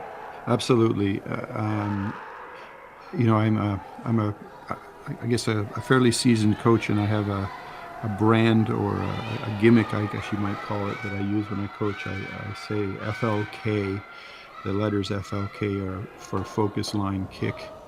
And I'm always asking them to be thinking about how they're starting everything. And once you're getting ready to make a shot, your level of focus on what it is you have to do starts with a routine, and there's always something that you're doing that works that routine from the beginning. So if you get interrupted, you have to sort of go back to the beginning and start over. Set up and get yourself square and everything else so that you're ready to throw the shot as prescribed. So. Yeah, that's a FLK. That's a good acronym. Hopefully people at home can take that home. That's a great analogy for exactly what you need to be focused on. Well, and it's first of all, it's mine, so nobody steal it. Checks in the mail. When I'm even when I'm on the ice and coaching, it's an easy thing to just say to a curler, just a quick reminder. It's like, you're doing a great job out here, FLK. And you say FLK, and they go, yeah, FLK. And it's just somebody thinks about, I got to remember to keep myself set, to focus, to get all the little pieces correct each time. So, yeah, I'm also a big golf fan, and I used to watch Tiger a lot. And one fellow who used to play with him said, the interesting thing about Tiger is about 30 seconds before he's going to hit, you lose him. He's just gone. And he drifts into this zone of focus and concentration until the shot's over. And I think a lot of athletes, and curlers in particular, are distracted by so many things. And you really have to learn to really, when you're going to try and execute a shot, there's enough tricky parts to make it difficult without letting yourself be distracted by external stuff, you know. Yes. So try to focus on what you have to do. It's a fantastic book that came out this year about penalty shootouts in soccer. It's called Pressure. And it's very comparable to, I read it and I just kept thinking back to, you know, what a curling delivery is, and how, you know, in reality it is a shot that you should be making about, you know, 80-90% of the time in that range, give or take. And penalty shootouts are about the same in soccer. But it comes down to what are those external factors in that game and the external factors in this game.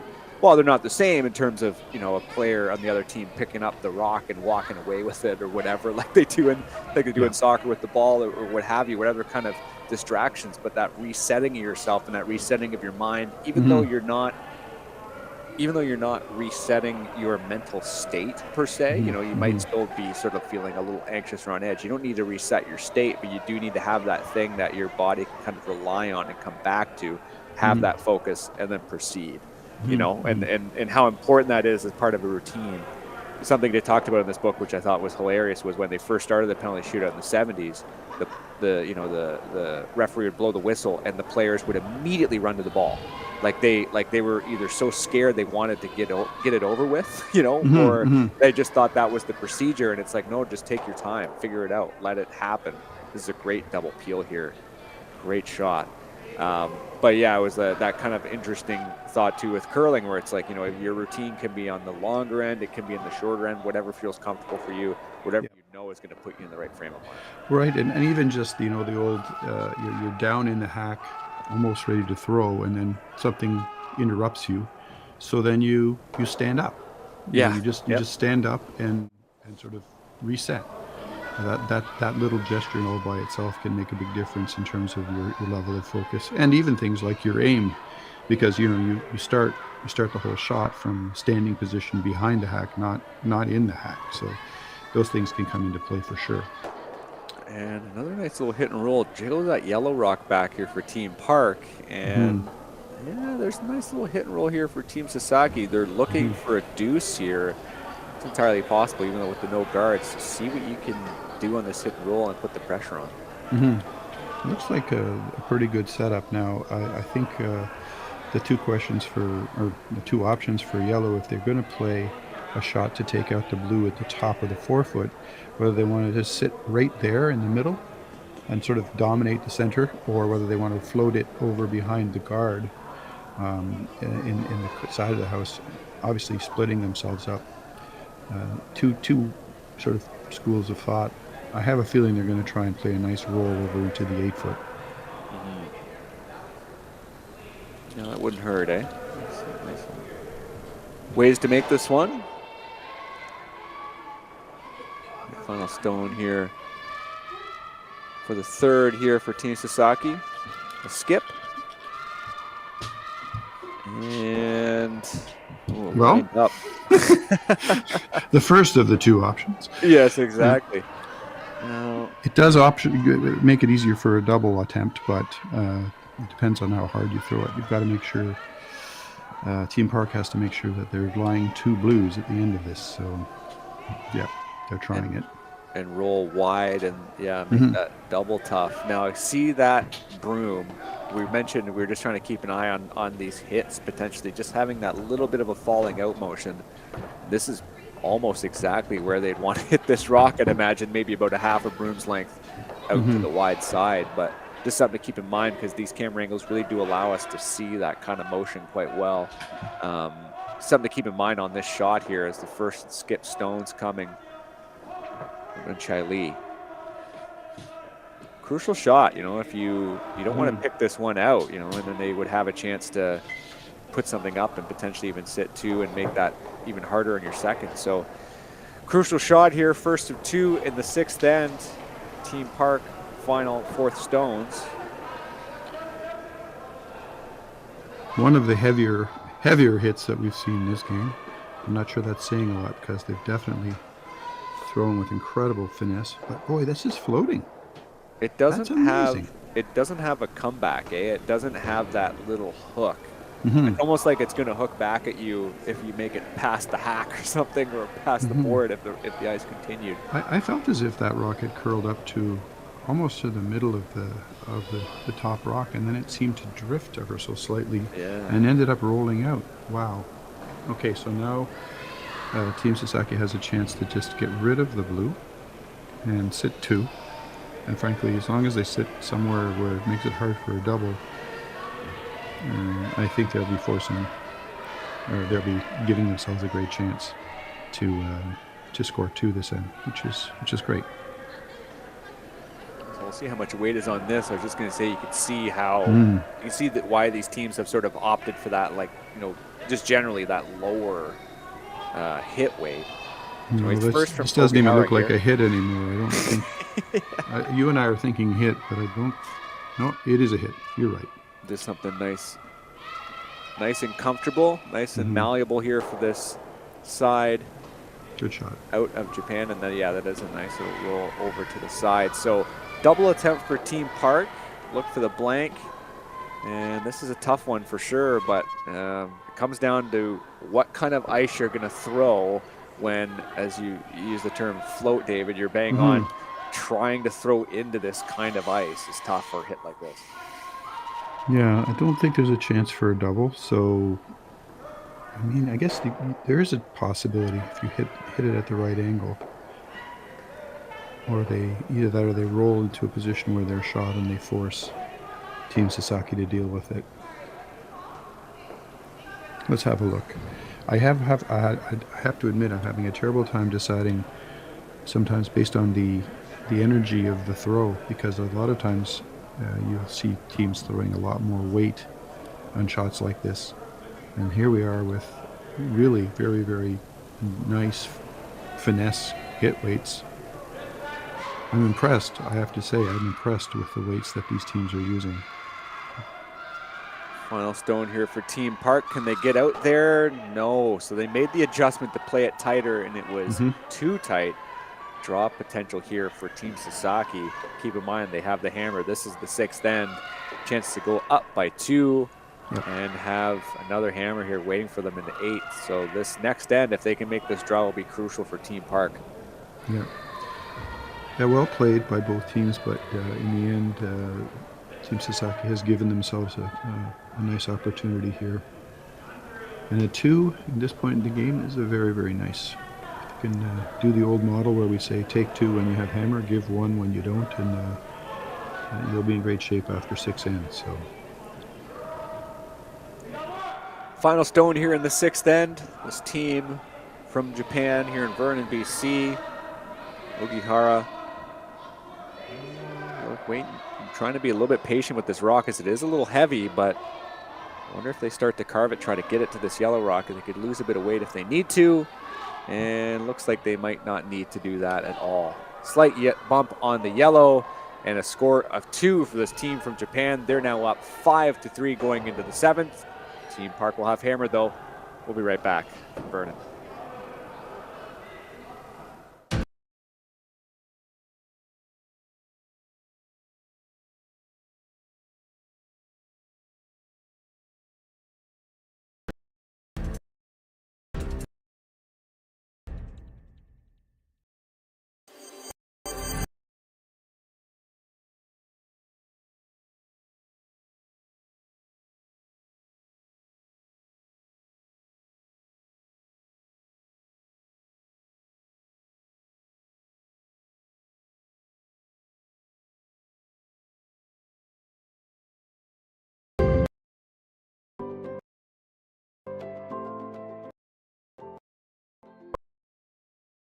I don't remember a time when curling wasn't a part of my life.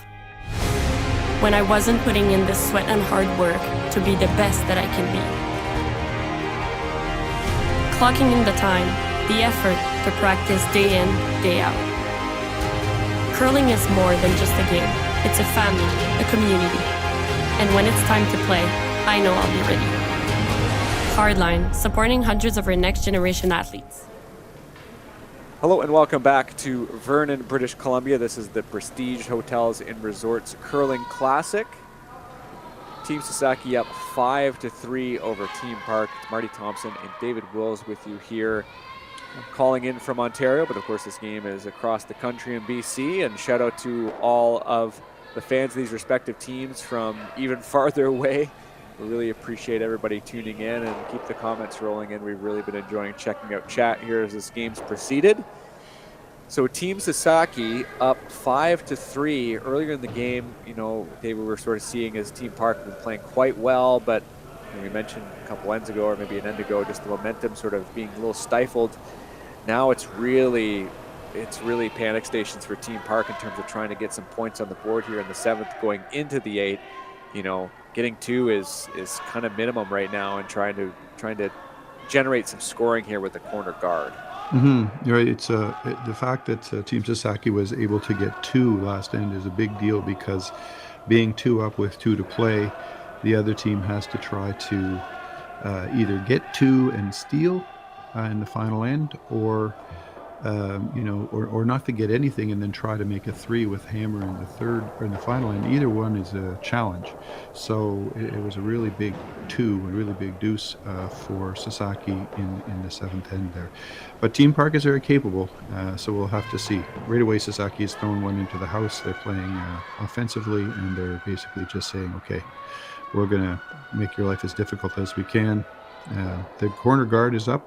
We're back to the classic model, and let's just see how it pans out. This should be a really nice line. You just got to stay on the right side of this center line from our camera angle on the left here, and they will do just that. Really nice spot. And they come around here from blue in the corner. Yep. Yeah, it's tough when you have, you know, they've certainly struggled with big weight thus far. Both teams have, in terms of lining them up properly, trying to figure out how these rocks have actually sort of adjusted to this ice. Something to keep in mind in this end that might end up coming into play is, you know, you set up an end like this, typically forces, you know, some sort of double peel scenario off of a center guard or something. And so that might be tricky for a team like Team Park, where, you know, throwing the odd big weight, not really comfortable with the line, and you really need to make something really precise like that big, you know, opening sort of peel, and that might be tough to make. So something to keep in mind here as we see the corner come around quite nicely, but, you know, Team Sasaki is going to continue to just attack the middle or attack the corner. Well, That's it. No, that makes sense. Yeah, come around. I actually asked myself if there might be a way to come around the outside of that blue guard and hit, but I think you're right. Just to draw up to the nose, to freeze, takes away the strength of that shot. Yeah, it's just. And just as soon as we say that, they're changing their mind. Just the commentator. Yeah, it's just where that one ended up. It's kind of tempting. This looks like a doubles sort of arrangement here, just with that blue rock just behind the center line, instead of in front of it. But yeah, tempting to just come right to it and see, or maybe like second thoughts. I'm not sure.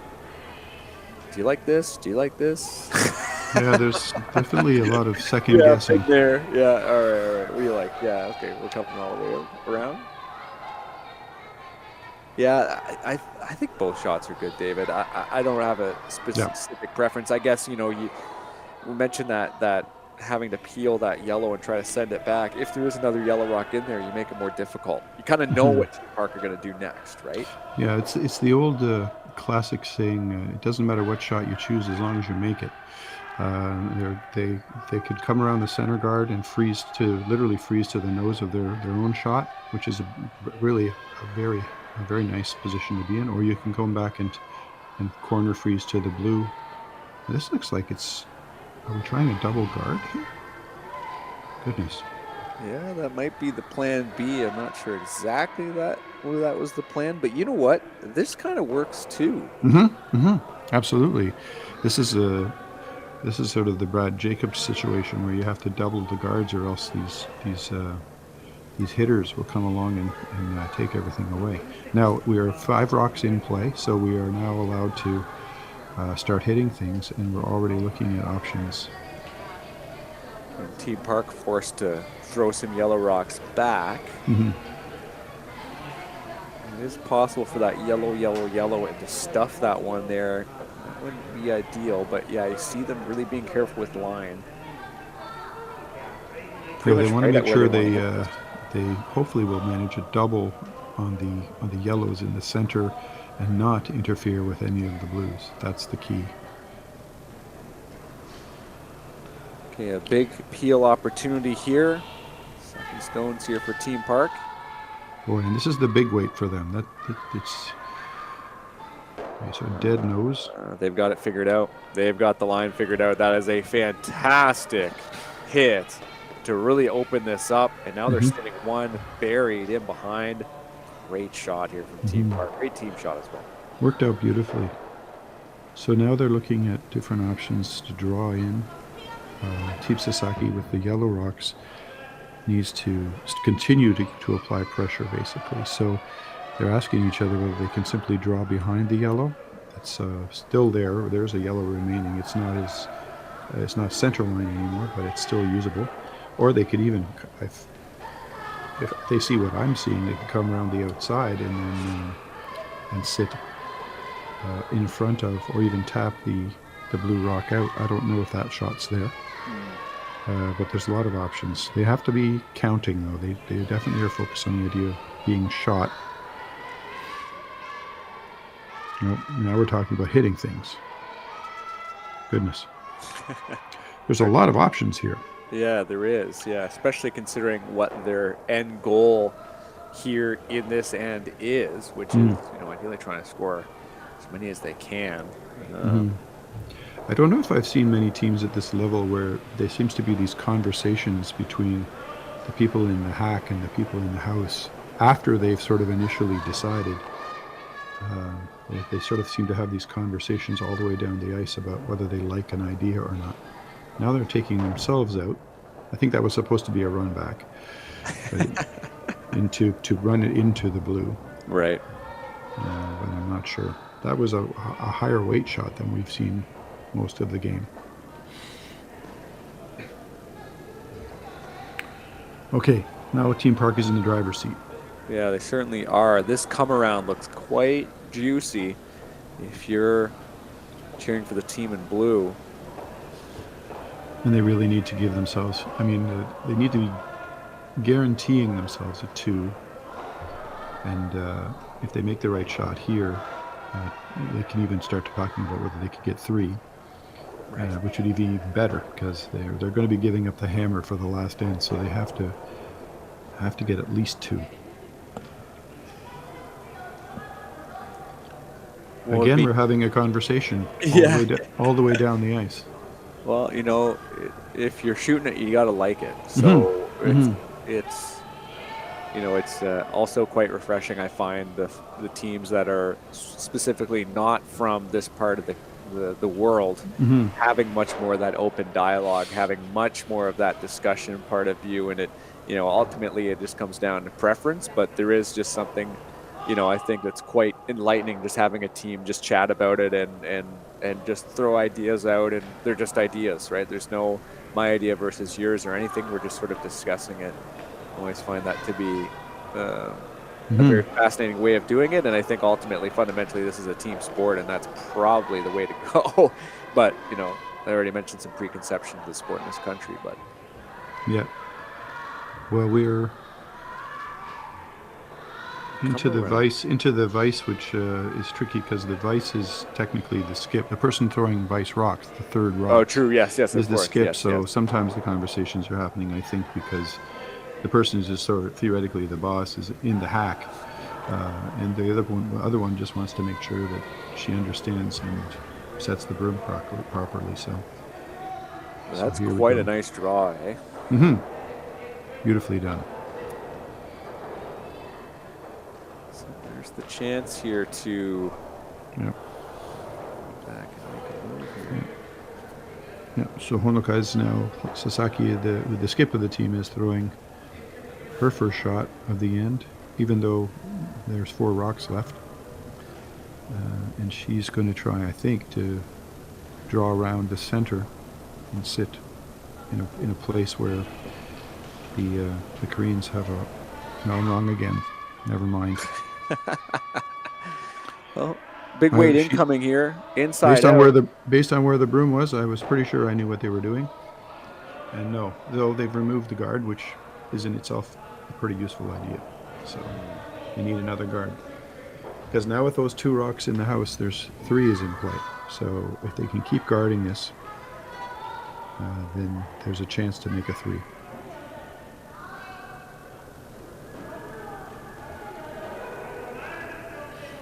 So Ross coming around here. Yeah, it's not a bad set here for Team Park, as again, we're just kind of coming up to the back end here.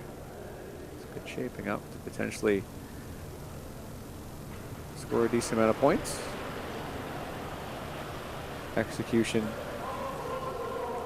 important at this stage, of course, as it always is, but someone may be saying this might be running on them a bit.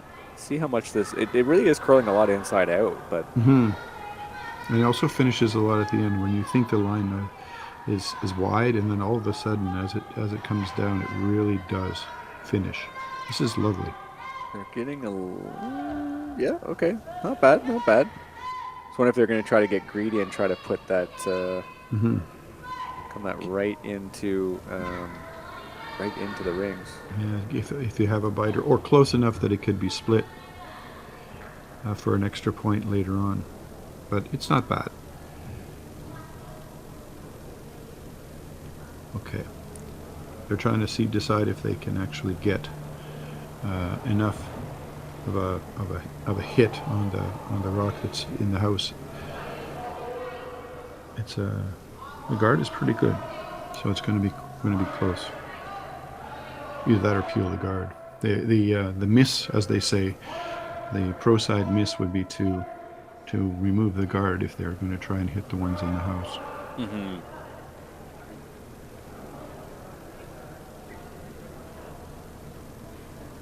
Yeah, what's your first thought? Like, just send that right back, probably. Like, you know, even if you, I don't know, is there a way that you have 3 rocks in the rings? Yes, but if you throw enough weight, probably not. This is a mixed doubles scenario again, because it's very much like the power play side. On that note, I would say if you can get to the nose or just inside nose of the pair in the house and just tap, knock one blue out and sit there, you get in the way and you make life very difficult for them. But it looks like they've decided to peel, or maybe run back. Yeah, maybe one or the other, or both. Yeah. We're making a play on the guard, put it that way. Yes, exactly, yeah. That's the power of positive thinking. Boy, and they've taken negative ice. This is incredible. And going inside out as well. It's a good read, I think, of this ice. Can you make them go? Yes, you can. What That is shot. a fantastic shot here from Team Park, or rather from Team Sasaki, to remove Team Park stones. Yeah, that is handshakes all around. Well done. That's an incredible shot.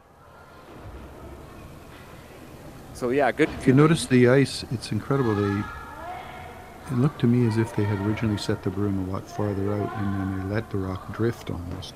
But beautifully played, and a great result. I don't know if they had actually dreamt that they could get all 3, but good for them. Now, there is still a corner guard. However, obviously, the pressure is a lot different now.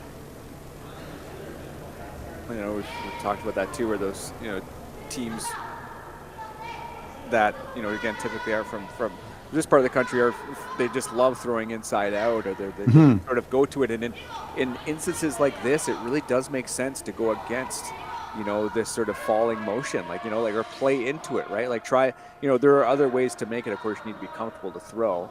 As you said, that was a great analogy. You're talking about trying to be wanting to throw inside out because I'm closer to that middle, I'm close to that target, I feel more comfortable doing it. There's that element. As long as you're comfortable throwing it, it really is a weapon that you can constantly utilize, especially when rocks get this wide. Yep.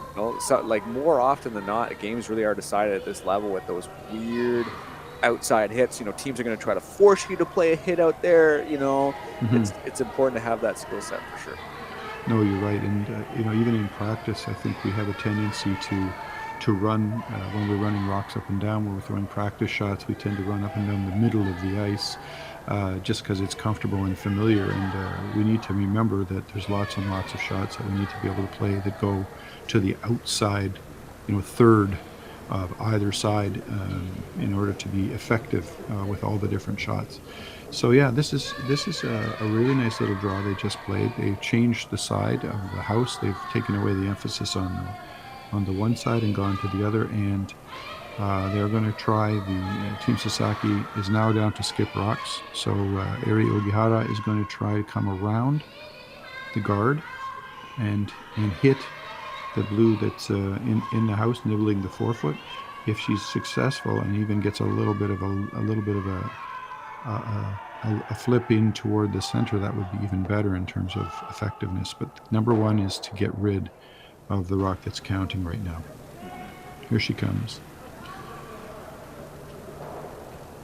First shot of 2 here from the fourth thrower for the squad. Saying it's a little down.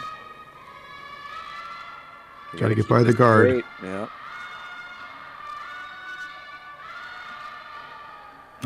Just a tiny, tiny bit of overcurl.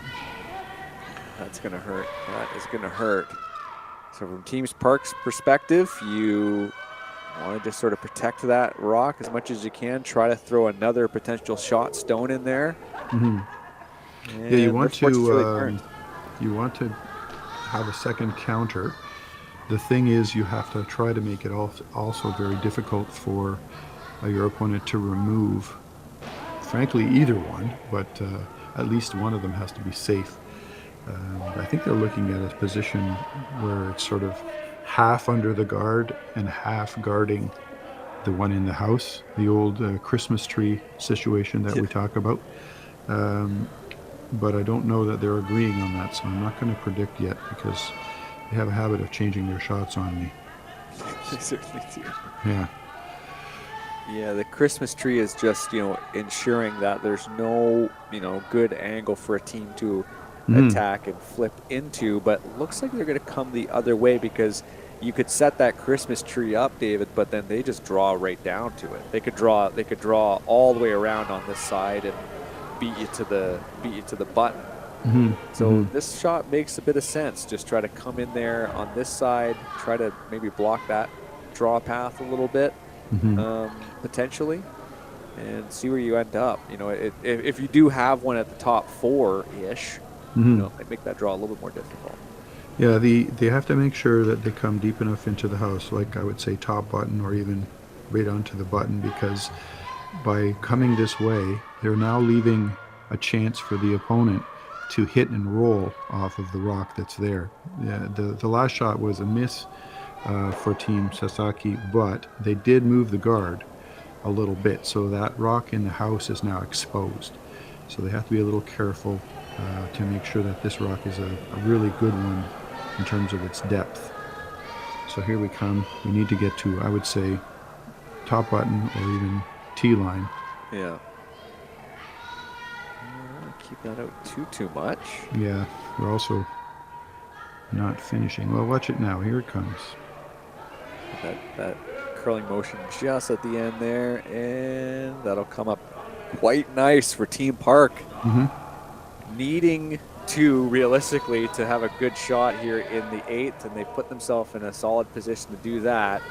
Now, the 4th thrower here for Team Sasaki. Is there a double?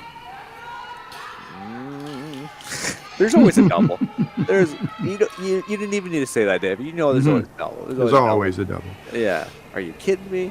Yeah, double. You're saying double on the center line side. Yeah, baby. Yeah, they would have to be great. like, you would lose your shooter, but you would be playing an angle double on the rock they just threw. But I think they're playing the hit and roll. No, I'm wrong. Yeah, I don't know. Yeah, it's like if you make that hit and roll just right, I don't know. Yeah. No, they're playing the hit and roll, and they need to hide well enough that Team Park can't get at it. So. Final stone here for Team Sasaki out of Japan. They have a 2-point lead here in the 7th end. Now they're saying it's a little down and they're carving it, so can you get enough movement? I'm not sure if it's going to come up enough. And it doesn't quite, so Team Park with that nose hit just remove that yellow rock to sit 2, go home tied, but at least they have a chance here with the 8th end looming. Mm-hmm. I was really well thrown, and I'm a little surprised it didn't finish a little more. But you're right, it does leave an opportunity now for Team Park to just hit and stick. Frankly, hit and they can even roll a little bit as long as they stay in the house. This is the final rock of the end. It's certainly been a back and forth affair here in Vernon in this quarterfinal. Team Park started strong, had a couple difficult ends, and wouldn't really surprise me if they make this and tie it up, but it really is indicative of this game and how close the margins have been between these two teams in this quarterfinal. Final stone here for Ji Lee and Team Park. Make a yellow rock go away and keep that blue rock somewhere in the rings would be enough. Now this is out there. Yeah, it's definitely what I said before, drifting. It's hitting and then it's floating sideways, and sadly, it's gone all the way out the side. So one instead of 2. So both teams got caught where the rock didn't finish. One managed to at least stick around. We're 1 point, and now there's a 1-point lead for Team Sasaki without hammer. Okay, we'll be right back here for Vernon for this 8th and deciding end.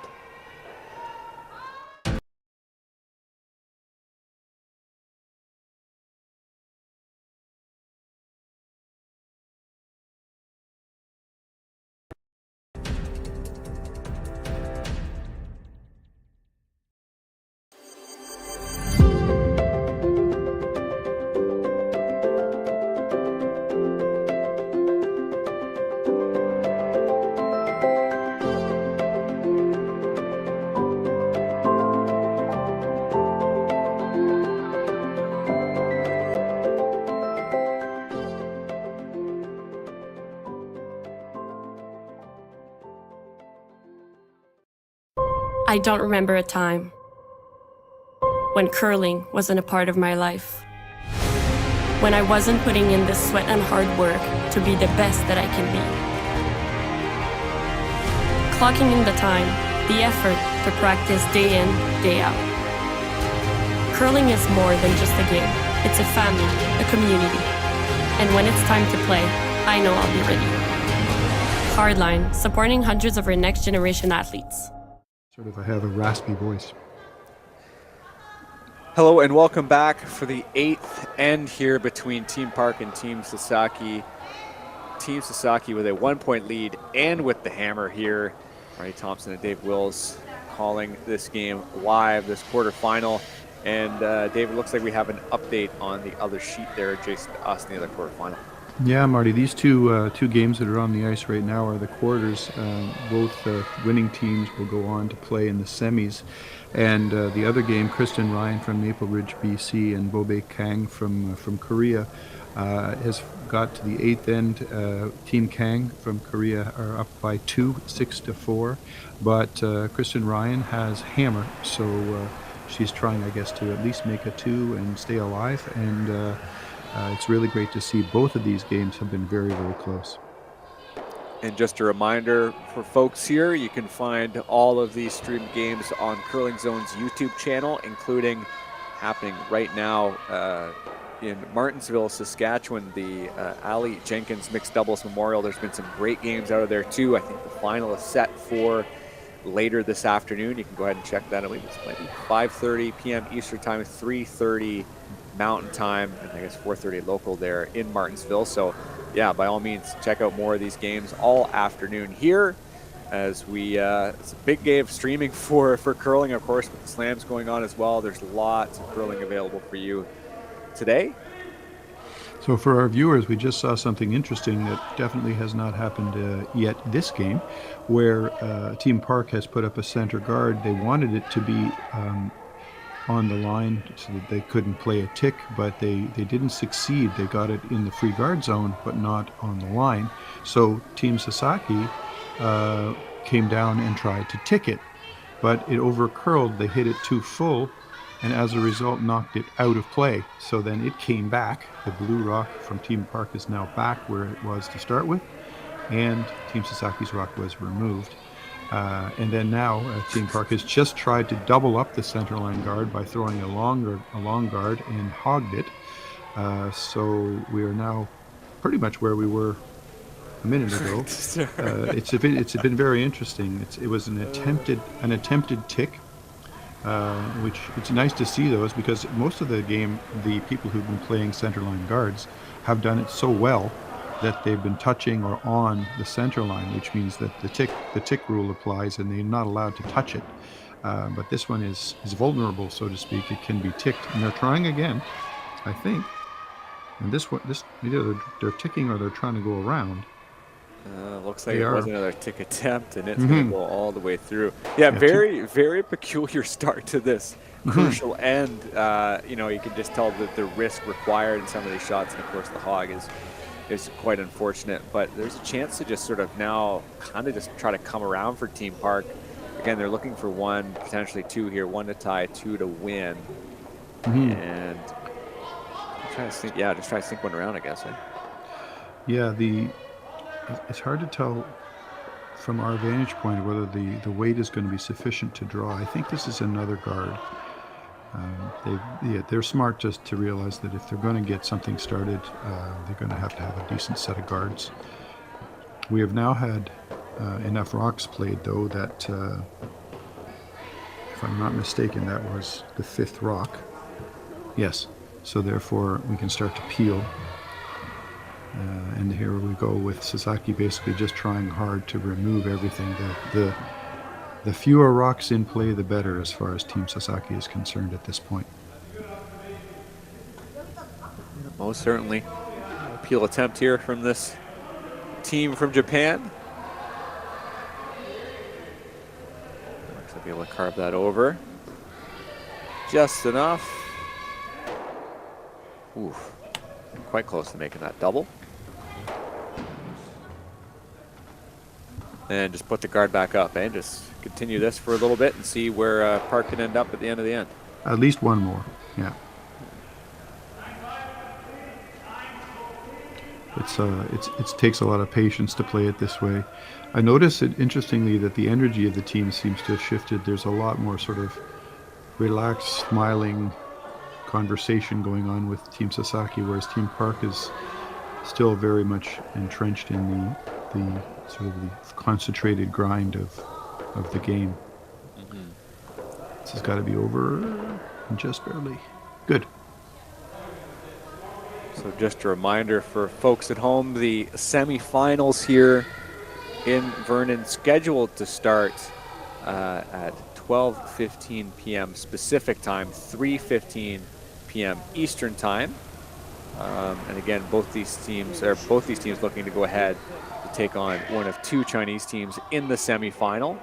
You can watch that, of course, on Curling Zone. And coming up here at 2:30 in Eastern time, just in a few minutes, we have the Martinsville doubles. Looks like that might be just the semifinals. We're just coming up to the semifinals, some part of the playoffs. Right. Feel free to check that out right after this, if you don't mind. Really appreciate more views on Curling Zone. Of course, yeah, it's great content to be viewed. There's just so much to watch. It's great to see the amazing options. I even myself, I was surprised as I scanned the Curling Zone site, which if you haven't been there, some people have gone directly to YouTube to get this, which is fine. But if you go to Curling Zone, it gives you a profile of the events and the games that are taking place. And then in the scoreboard, beside every score, that has a YouTube link for you're able to go and view the video. There's just so many of them now. It's amazing. It used to be the odd time you'd see one or two, and now there's a dozen, 15. You can click anything, and you can go back and forth between different games in different events in different parts of the world. I mean, there's one going on in Switzerland right now, so it's absolutely amazing. I'm just so excited about how that's all developing. So Sasaki just lining up to get rid of one, potentially two of these guards. You see that line might just be just a straight peel, but yeah, just try to remove some of this blue granite and continue the game on. Yeah, I don't know that it's possible to make the double because you don't want to leave your shooter. The goal here will be to get rid of a blue and also to have your shooter go away. As I said before, the fewer rocks, the better in this situation. So, yeah, straight peel. And we have a result here in the other quarterfinal. Team Kang out of Korea has taken down Kristen Ryan's rink out of Maple Ridge, BC, 6-4. That was after 7 ends. In fact, you can kind of see the scoreboard once the camera flips back to face the shooter on the left-hand side. But 6-4, 2 in the 7th end from Kang was enough to see them advance to the semifinal stage. Yeah, these teams won't get much of a break because the winners will have to play again relatively soon. Time to stretch and have a meal, and then away we go. So blue again pouncing on that 1-2 guard area just to keep something nice and high. Looking to have that draw at the end here to force an extra end. I like how they're being so careful to keep it as high as they can, but still sweeping it to get it over the hog line. So yeah, that was a very well thrown rock. It's not easy to throw high guards. It's one of the people look at that and think, oh, it's not as far, so it's got to be easy, but it's not. It's a really tough shot to play the exact right weight. And it's a lot about the patience of the sweepers too. It's it's living a little bit on the edge of chaos and just having that understanding it's going to be okay and just trying not to oversweep it as best you can. Be patient. Just be patient with it, and they are there for sure. I don't know if you ever... Sorry. Just a sec. Yeah, you're okay. It's been a long game.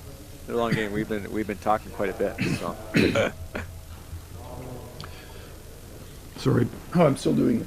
No, it's okay. You're good. We have Team Sasaki coming up here. Need to find my kill switch here.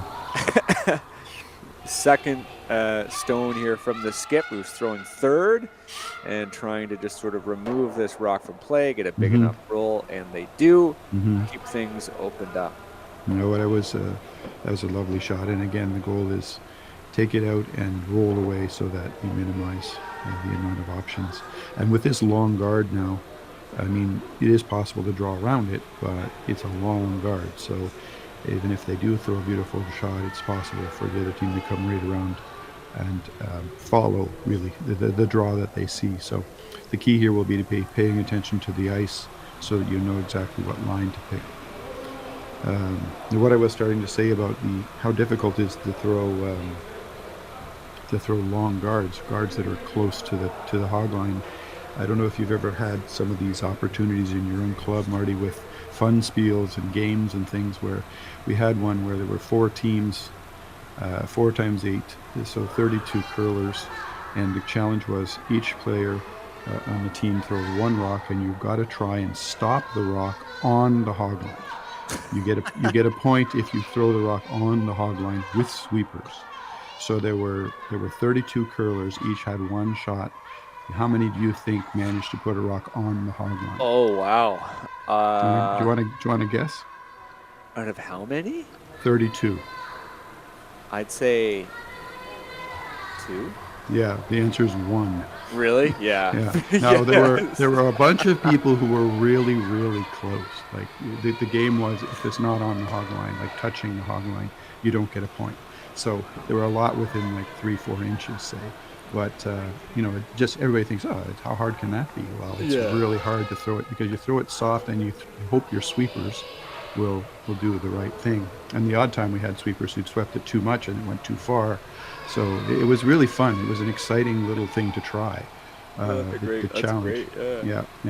Anyway, sorry, that was a distraction. No, All right, no. We're down to skip rocks. We have 2 yellows and 1 blue yet to come. The team with the yellow rocks, Sasaki from Japan, has hammer, which is very, very nice given that they also have a 1-point lead. So this shot will be quite interesting. Sasaki electing to potentially come right down to that blue, I think.